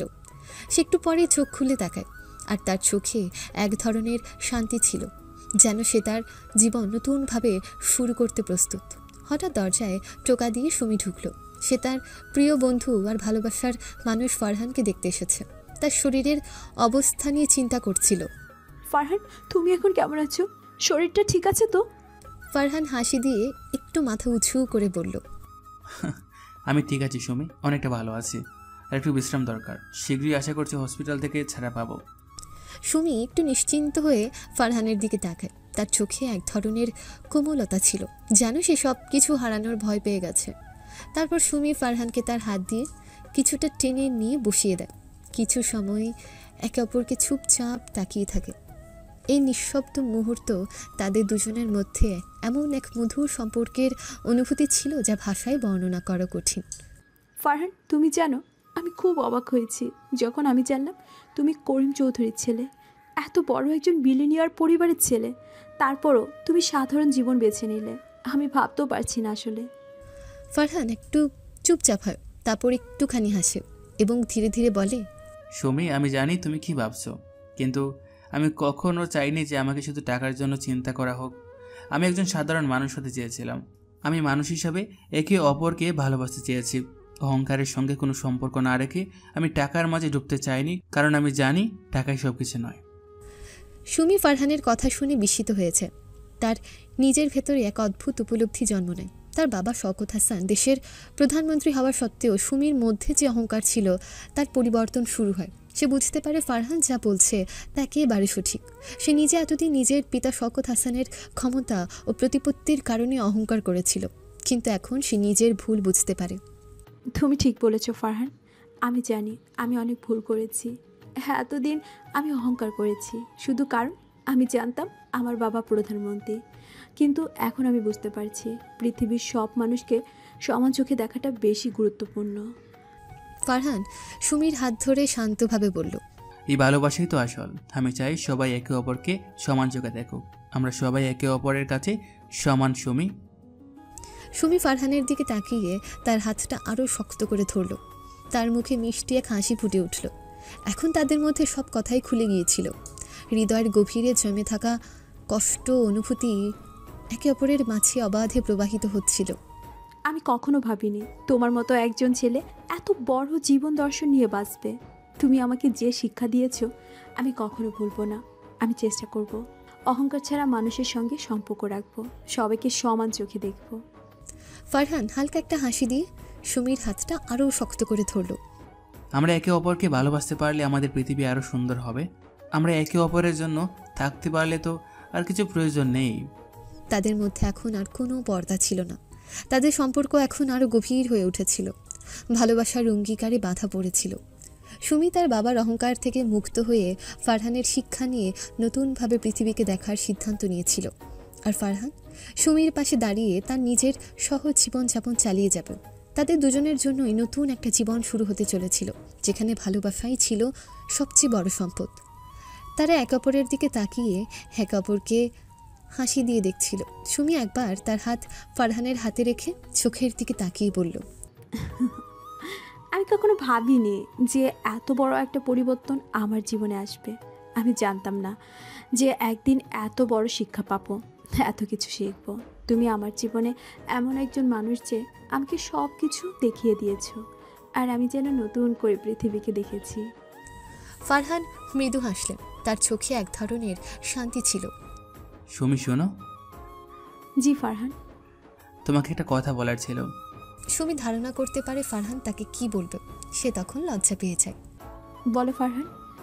আমি জানি না তুমি কথাটা কিভাবে নেবে, তবে তোমাকে না বলে শান্তি পাচ্ছি না। অনেকদিন থেকে বলবো বলবো ভাবছি। আমিও তো সেইটাই শোনার অপেক্ষা করছি ফারহান। কবে তুমি আমাকে তোমার মনের কথা বলবে, আমি কবে তোমাকে আমার মনের কথা বলবো। তোমাকে যে আমিও ভীষণ ভালোবেসে ফেলেছি। সুমি, আমি তোমাকে ভীষণ ভালোবাসি। জানি তুমি হয়তো এটা শুনে অবাক হবে, কিন্তু বিশ্বাস করো, আমি মন থেকে বলছি। তুমি হয়তো আমাকে ভালো বন্ধু হিসেবে দেখো, কিন্তু আমার মনের ভিতরে তুমি এক অন্যরকম জায়গা করে নিয়েছো। তোমার জন্য আমার সব অনুভূতিগুলো একদম অন্যরকম। আমি কখনো কাউকে এভাবে দেখিনি। আমাকে জীবনে অনেকে ভালোবাসার প্রস্তাব দিয়েছে, তবে কখনো তাদের প্রতি আমার আগ্রহ জন্মায়নি। কিন্তু সময়ের সাথে সাথে তোমাকে যত দেখেছি ততই তোমার প্রতি দুর্বল হয়ে গিয়েছি আমি জানি তুমি অনেক গ্ল্যামারাস, আমি সেটা নই। তবে আমার ভালোবাসা মিথ্যা না, বিশ্বাস করো তুমি। সুমি আস্তে করে হাত বাড়িয়ে ফারহানের হাতটা ধরল। ফারহান, তোমার এই কথাগুলো শুনতে আমি কতদিন যে অপেক্ষা করেছি। তোমাকেও যে আমি মনে মনে ভীষণ ভালোবেসে ফেলেছি। তোমার এই সুন্দর সরল জীবন, বিশাল করে জীবনকে দেখা, ছোট ছোট বিষয়ে আনন্দ খুঁজে নেওয়া, সব কিছু আমাকে মুগ্ধ করেছে। তোমার মধ্যে আমি খুঁজে পেয়েছি নিজের স্বপ্নের রাজপুত্রকে। সুমি, আমি কিন্তু তোমাকে তোমার গ্ল্যামারাস জীবন দিতে পারবো না। আমি আমার বাবার টাকার মায়া ছেড়েছি। আমি এখন খুবই সাধারণ একটা মানুষ। ফারহান, আমার সেসব কিছুই চাই না। আমার শুধু তোমাকে পাশে পেলেই হবে। আমার জন্য এইটাই অনেক বেশি কিছু। আমরা সব নতুন করে শুরু করব সুমি, ঠিক আছে? হ্যাঁ ফারহান, এই বিশাল পৃথিবীতে আমরা আমাদের ভালোবাসার ছোট্ট পৃথিবী শুরু করব। ফারহান আর সুমি হাত ধরে বসে থাকে। তখন সেখানে আকাশ, মিন্টু, রাসেলোরা আসে। ফারহান, তুই ঠিক আছিস? তোর টেনশনে আমার অবস্থা খারাপ ভাই। তুই আমার সবচেয়ে কাছের বন্ধু। তোর কিছু হলে আমি যে টিকতে পারতাম না একদমই। বলতে বলতে আকাশ কেঁদে ফেলে। এই আকাশ ভাই আমার, আরে বোকা কাঁদিস না, আমি একদম ঠিক আছি। তোরাই তো আমাকে বাঁচালি শেষ পর্যন্ত। তোরা না থাকলে আমি তো মনে হয়। ছি ফারহান, এসব বলতে হয় না। একদম কিছু হতো না তোমার, কিছু হতে দিতাম না তোমার। আচ্ছা বাবা, তোমরা এত টেনশন করো না, আমি ঠিক আছি তো। এখন সবাই মিলে একটু মজা করি। হসপিটালের এই রুমে আমার দম বন্ধ হয়ে আসছে। তুই আমাদেরকে ভয় পেয়ে দিয়েছিলি ফারহান, যেভাবে তোর রক্ত বেরোচ্ছিল। তোদের এই ভালোবাসায় আমি আসলে অনেক বেশি খুশি। তোরা আমাকে নিয়ে এত ভেবেছিস। তুই আমাদের বন্ধু, তুই আমাদের পাশে সবসময় থাকতে চেষ্টা করেছিস। তোকে ভালো না বাসলে কাকে বাসবো বল? তোরা সবাই চমৎকার মানুষ আসলেই। আমার ভাগ্য খুব ভালো, তোদেরকে পেয়েছি আমি। হয়েছে হয়েছে, সবাই লাগে এখানে সবাইকে পেয়ে। ফারহান, তোমার একটু রেস্ট নেওয়া দরকার। তুমি এখনো সুস্থ নও। প্লিজ যেও না তোমরা, আমার এখানে বোর লাগে। আচ্ছা আচ্ছা, আমরা আছি। হুট করে আকাশ দেখে সুমি ফারহানের হাত ধরে আছে। বন্ধু, তোর হার্টের অবস্থা কেমন আছে? তো ঠিকঠাক? মানে কি বলছিস? আমার হার্টের আবার কি হবে? না মানে কাউকে দিয়ে টিয়ে দিসনি তো? আবার অনেক কিছু তো দেখা যায় না এখন। এবার ফারহান ইঙ্গিতটা বুঝতে পারল। সেখানে থাকা সবাই হো হো করে হেসে উঠল। সুমি আর ফারহান খুব লজ্জা পেয়ে গেল। আকাশ, তুই বড় শয়তান। হ্যাঁ মামা, এখন তো আমি শয়তানি হব, ভালো তো আরেকজন। আহা আকাশ, ফারহান অসুস্থ, জানাস না তো এখন? ও বাবা, আরেকজনের দেখি কষ্ট লাগে অনেক। আহা আহা, থাক, লায়লা মজনুকে জ্বালাবো না। সবাই তখন আবার হেসে ওঠে। সুমি আর ফারহানও লজ্জায় হেসে ওঠে। তারা সবাই তখন আস্তে করে গল্প করতে থাকে। এভাবে ফারহান এক বিলিয়নিয়ার হয়েও সাধারণ মানুষের মতো তার জীবন সুন্দর মতো উপভোগ করতে থাকে। 2 মাস পরের কথা, ফারহান আর সুমি বসে আছে একটা পার্কের বেঞ্চে। ফারহান সুমির হাত দুটো নিজের হাতের মাঝে ধরে বসে আছে। সুমি, তোমাকে আরো বেশ সুন্দর লাগছে। এই হালকা নীল কালারের শাড়িটা তোমাকে অনেক মানিয়েছে। তোমার চয়েস ভালো মশাই। তোমার দেওয়া এই শাড়িটা আমার অসম্ভব প্রিয় ফারহান। সুমি, এটা কিন্তু ব্র্যান্ডের কোনো শাড়ি না। ফারহান, তুমি তোমার প্রথম ইনকাম দিয়ে এই শাড়িটা আমাকে দিও। এই শাড়ি আমার কাছে কোটি টাকার চেয়ে মূল্যবান। তুমি আমাকে প্রতিনিয়ত মুগ্ধ করো সুমি। ফারহান, একটা কথা বলি। বলো সুমি। চলো আমরা বিয়ে করে ফেলি। এভাবে তোমার থেকে দূরে থাকতে আমার আর ভালো লাগছে না। কিন্তু আমার যে ভালো একটা চাকরি নেই সুমি। সমস্যা নেই ফারহান, আমিও কোনো একটা কাজ খুঁজে নেব। একসাথে মিলে চালাবো টোনাটুনির সংসার। সত্যি বিয়ে করতে চাও আমাকে সুমি? সত্যি তোমাকে বিয়ে করতে চাই ফারহান। আরও কিছুদিন পর আজ ফারহান আর সুমির বিয়ে। অনেক ধুমধাম করা কোনো বিয়ে নয়, ছোটোখাটো সিম্পল ঘরোয়া একটা বিয়ের প্রোগ্রাম। শুধু সুমির বাবা মা আর ফারহানের বাবা এবং তাদের কিছু কাছের মানুষজন এসেছে। সুমি আর ফারহান নিজের সামর্থ্য অনুযায়ী তাদের বিয়ের সব করতে চেয়েছিল। সব তাদের মন মতোই হয়েছিল। ফারহান বাবা, তুই কি আমার কাছে কখনো ফিরবি না? আমার টাকা তোর কাছে এত বোঝা, নিজের বিয়ের জন্য কিছু নিলে না। কি করব আমি এসব দিয়ে? বাবা, জীবন কাটাতে আসলে কিন্তু এত টাকা লাগে না, এটা তুমি বুঝলে এখন। আর বাবা, আমি তোমার কাছে অবশ্যই আসবো, তোমাকে আমি ছেড়ে যাব না, তবে তোমার টাকা আমার লাগবে না। তোকে দেখে আমার গর্ব হয় রে ফারহান, গর্ব হয়। আমাদের জন্য দোয়া করো বাবা। এদিকে আজকে আমার ছোট মেয়েটার বিয়ে। কবে এত বড় হয়ে গেলি রে মা? আমি কখনো বড় হব না বাবা। আমি তোমার ছোট মেয়েই থাকবো, সবসময় তোমার প্রিন্সেস। হ্যাঁ রে মা, তুই সব সময় আমার প্রিন্সেস। কতক্ষণ পরে কাজী সাহেব এলেন। ফারহান আর সুমিকে 2 রুমে বসিয়ে আলাদা করে তাদের থেকে কবুল শোনা হলো। সুমি, মা বলো আলহামদুলিল্লাহ কবুল। আলহামদুলিল্লাহ কবুল। সবাই তখন আলহামদুলিল্লাহ বলে ওঠে। বলো ফারহান আলহামদুলিল্লাহ কবুল। আলহামদুলিল্লাহ কবুল। আলহামদুলিল্লাহ বিবাহ সম্পন্ন হয়েছে। সবাই তখন খুশিতে হুল্লোড় করে ওঠে। ফারহান আর সুমিকে এরপর একসাথে এনে বসানো হয়। তারা একে অপরের দিকে মিষ্টি করে হাসতে থাকে। এখন থেকে তারা এক হয়ে গিয়েছে। আজ থেকে তাদের মিষ্টি সংসার শুরু। ফারহান আর সুমির চমৎকার ভালোবাসা অবশেষে পূর্ণতা পেল।